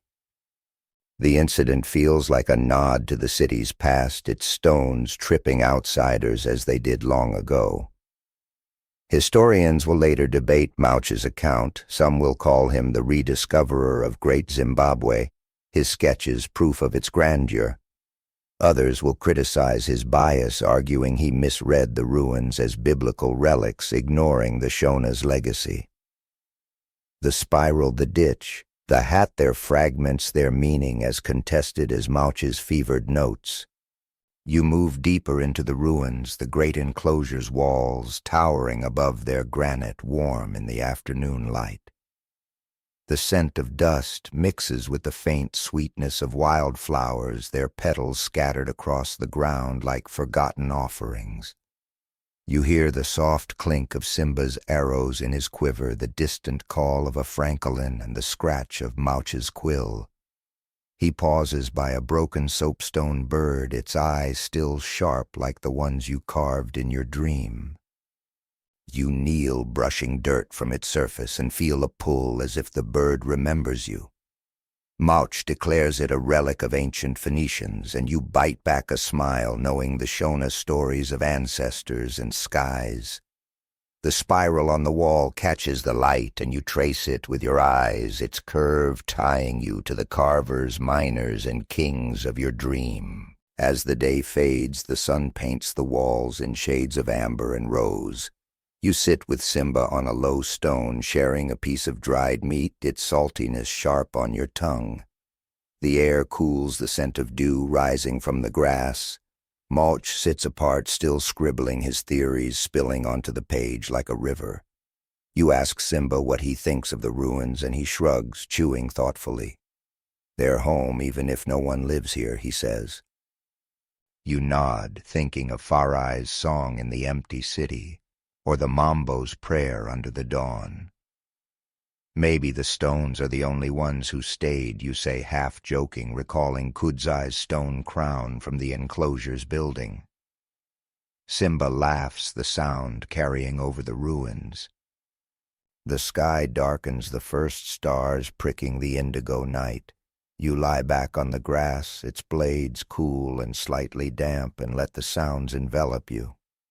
Crickets, the rustle of leaves, the faint scratch of Mouch's quill. The spiral on the wall lingers in your mind, as does the soapstone bird, its eye watching the stars.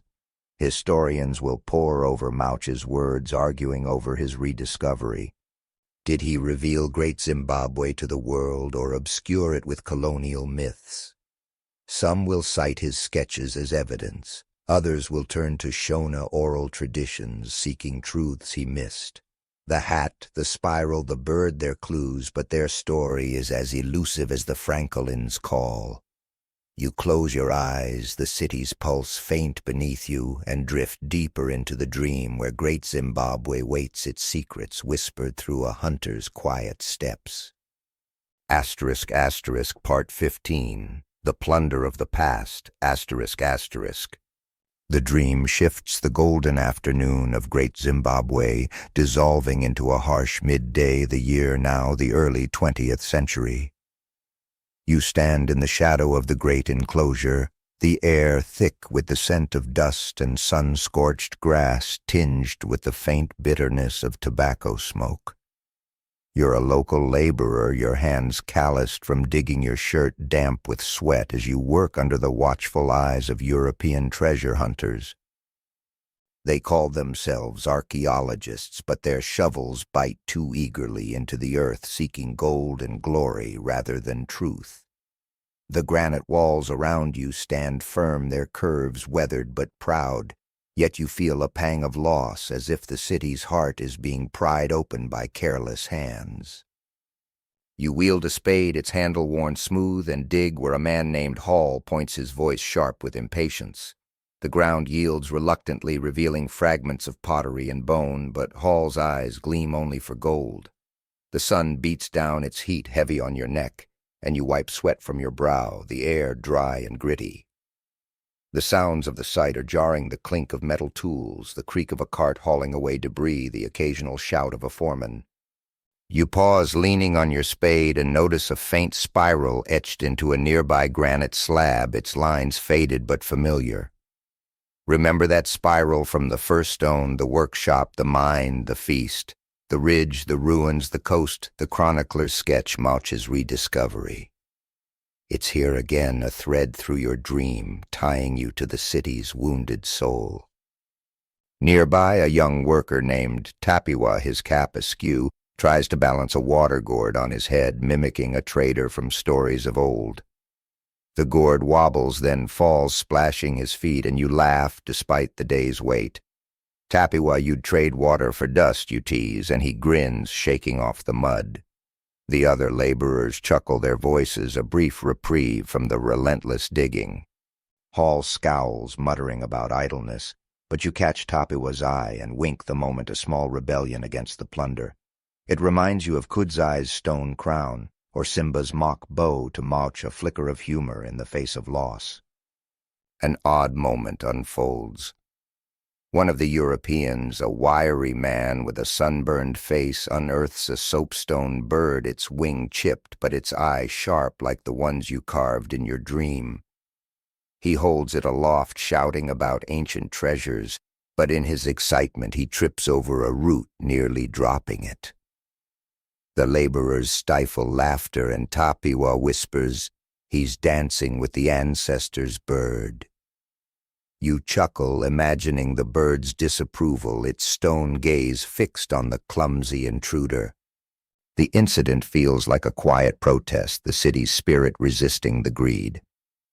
Historians will later lament this era when looters like Hall damaged Great Zimbabwe, carting away artifacts for museums or private collections. Some will argue the destruction obscured the city's true history.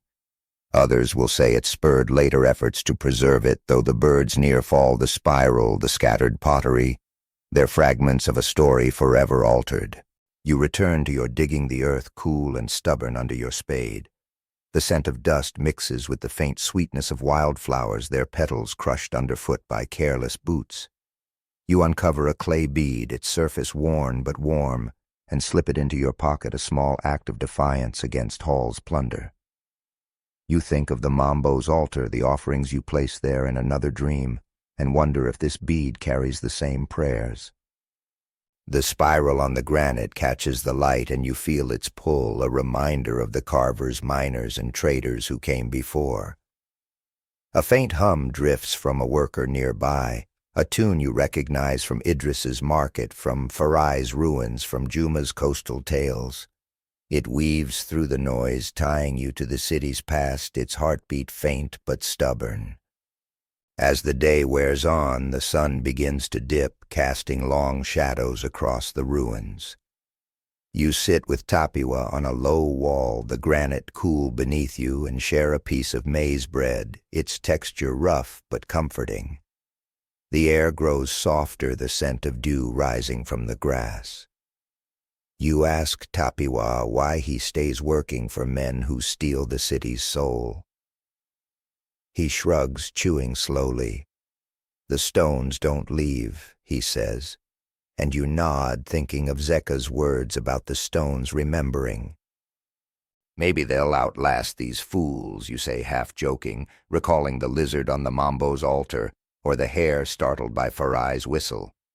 Tapiwa laughs, his cap slipping again, and the moment feels like a thread connecting you to the laughter of the feast, the market, the mine. The sky turns amber streaked with purple, and the work slows the Europeans packing their finds into crates.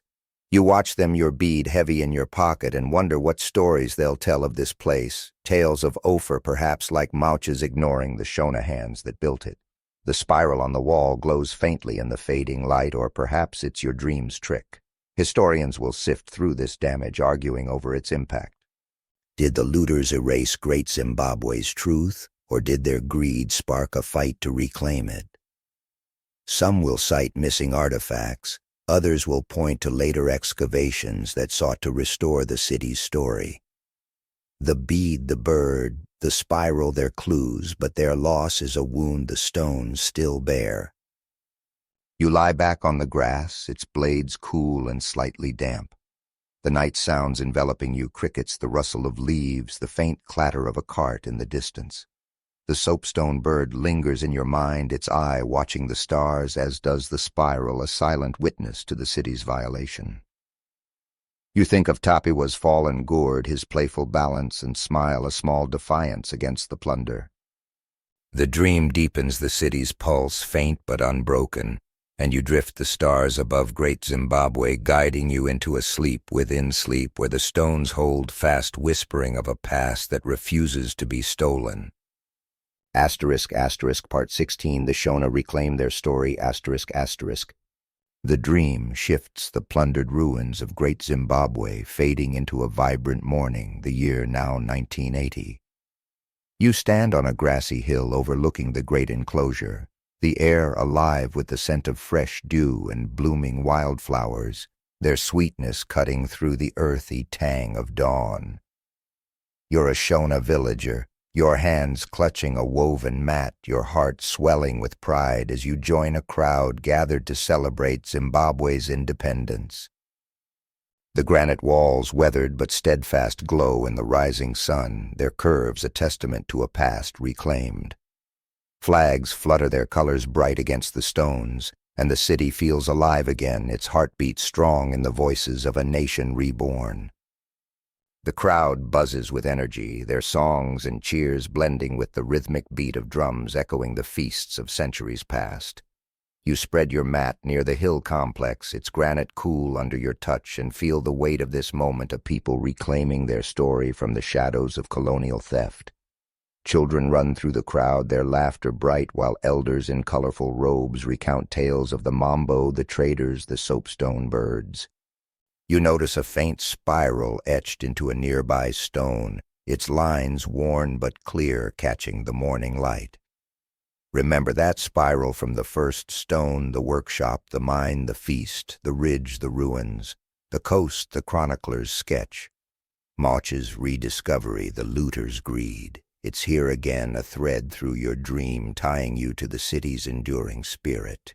A young woman named Nyasha, her headscarf vibrant with reds and greens, leads a group in a dance, their steps kicking up dust that glitters in the sunlight. You join in your feet, finding the rhythm, the earth solid beneath you. The air smells of roasted maize and the faint smoke of celebratory fires, their crackle mingling with the crowd's song.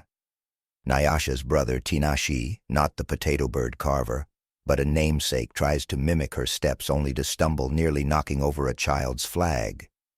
The crowd laughs and Nyasha teases Tinashi, "You dance like a goat with dreams." You chuckle, the moment echoing the laughter of Kudzai's stone crown or Tapiwa's fallen gourd.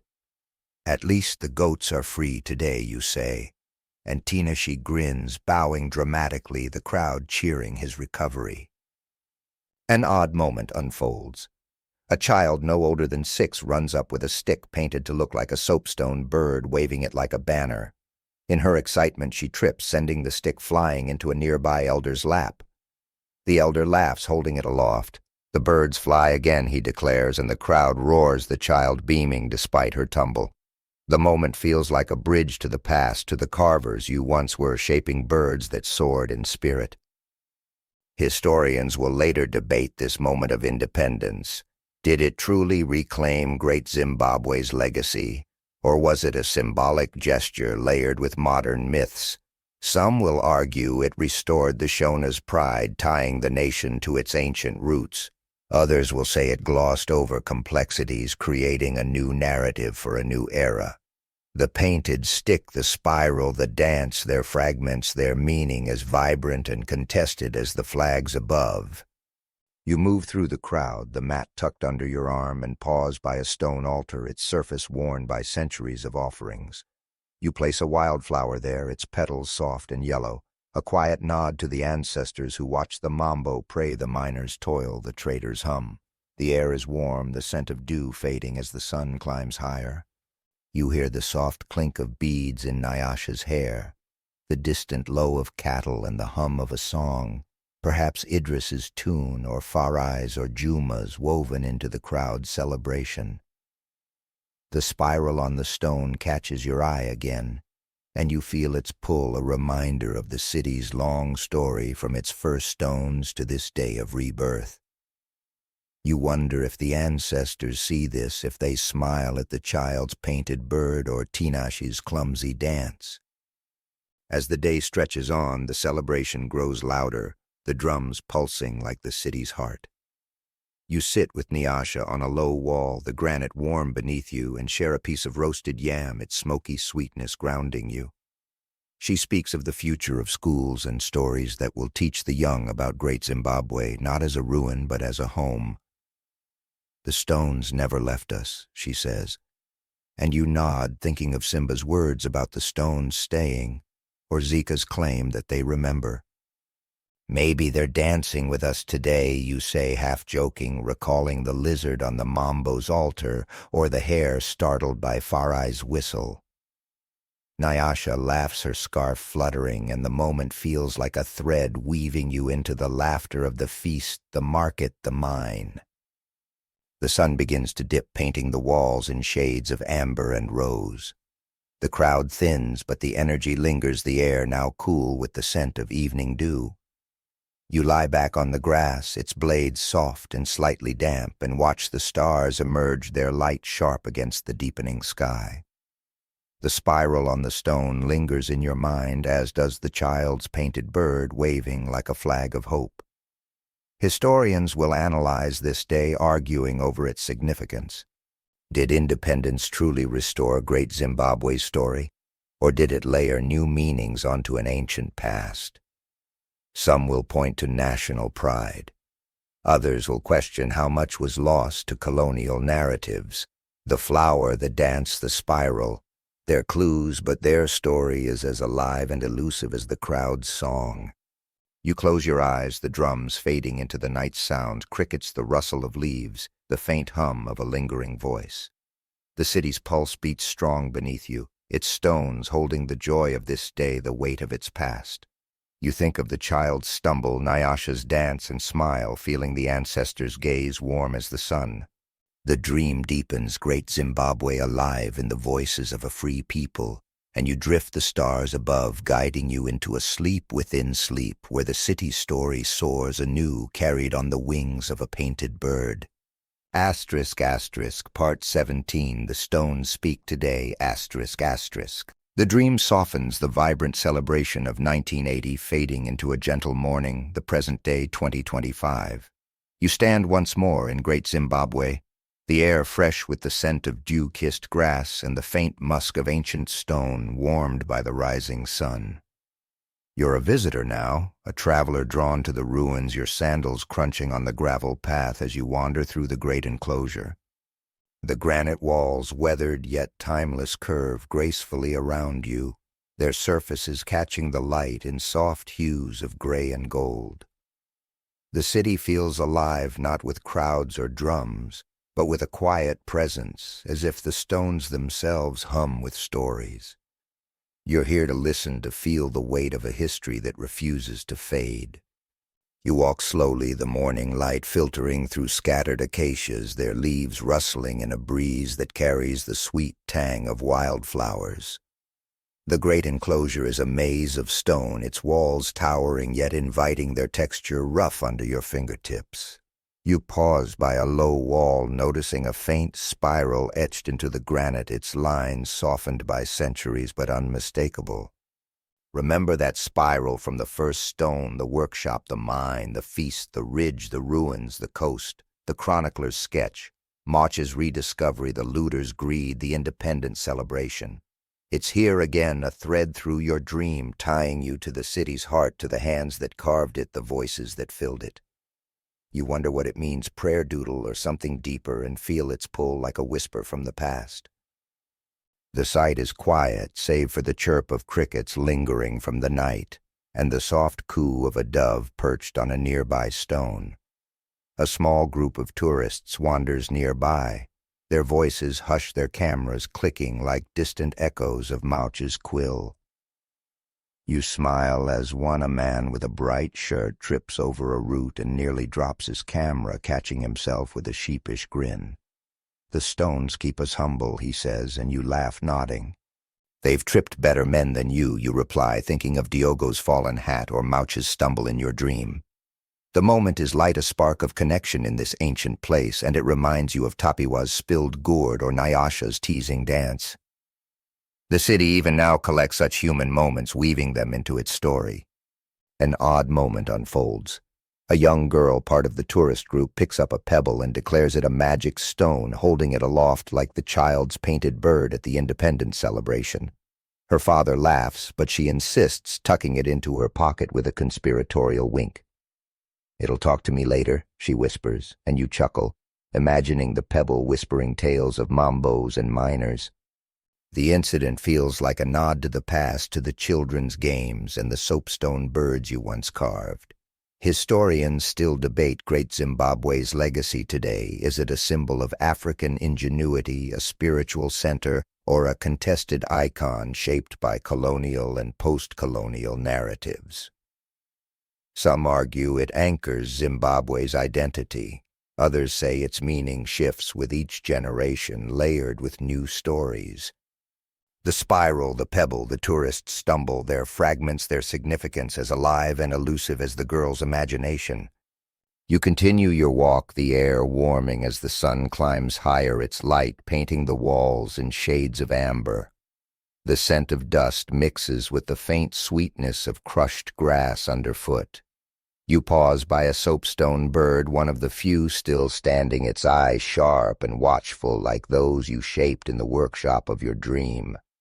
You run your fingers over its surface, smooth yet cool, and feel a connection to the carvers, the mambo, the ancestors. A faint hum drifts from a guide nearby, his voice low as he tells a group about the city's trade routes, its gold reaching distant shores. The tune feels familiar, echoing Idris's market song, Farai's ruin melody, or Juma's coastal tale. It weaves through the morning, tying you to the traders, miners, and kings who built this place. You sit on a low stone, the granite warm beneath you, and watch the valley below where cattle graze and distant voices carry on the breeze. The guide story mentions the Shona's resilience, their pride in reclaiming Great Zimbabwe's story, and you think of Nyasha's dance, the flags of 1980, the Mambo's prayer.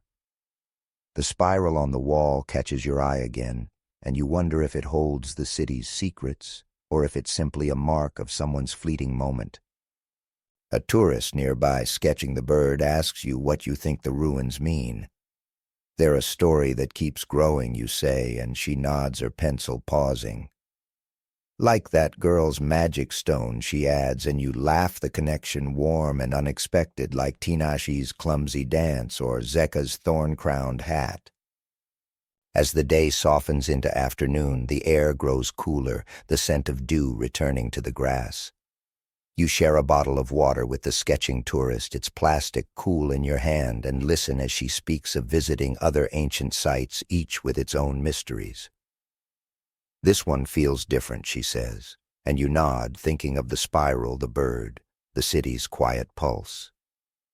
It's alive, you say, half-joking, recalling Kudzai's stone crown, or the lizard on the Mambo's altar. She smiles her sketch, capturing the bird's eye, and the moment feels like a thread weaving you into the laughter and stories of centuries past. The sky shifts to a deep blue, the first stars pricking the horizon. You lie back on the grass, its blades soft and slightly damp, and let the night sounds envelop you. Crickets, the rustle of leaves, the faint murmur of the guide's voice fading into the distance. The spiral lingers in your mind, as does the girl's pebble, the soapstone bird's gaze. Historians will continue to argue over Great Zimbabwe. Is it a monument to a lost empire, a spiritual heart, or a living symbol of resilience? Some will cite archaeological finds.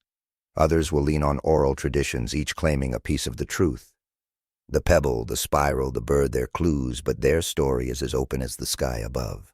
You close your eyes, the city's pulse steady beneath you, and drift deeper into the dream where Great Zimbabwe speaks softly, its stones carrying you into a sleep within sleep. Asterisk, asterisk, ending, asterisk, asterisk. The dream fades, the stones of Great Zimbabwe dissolving into the quiet of your own night. You're back in your bed, the air cool, the world silent, save for the soft hum of your breath. The spiral lingers in your mind, a faint curve tying you to a city that stood through centuries, its walls holding the laughter of children, the prayers of kings, the songs of traders. You imagine the soapstone bird, its eye watching the stars, and the girl's pebble whispering secrets only she can hear. The stories of Great Zimbabwe are not gone. They live in the rustle of leaves, the warmth of stone, the dreams that carry you back. Let the city rest now, its heartbeat soft but unbroken, guiding you into sleep. Quiet night. Good night.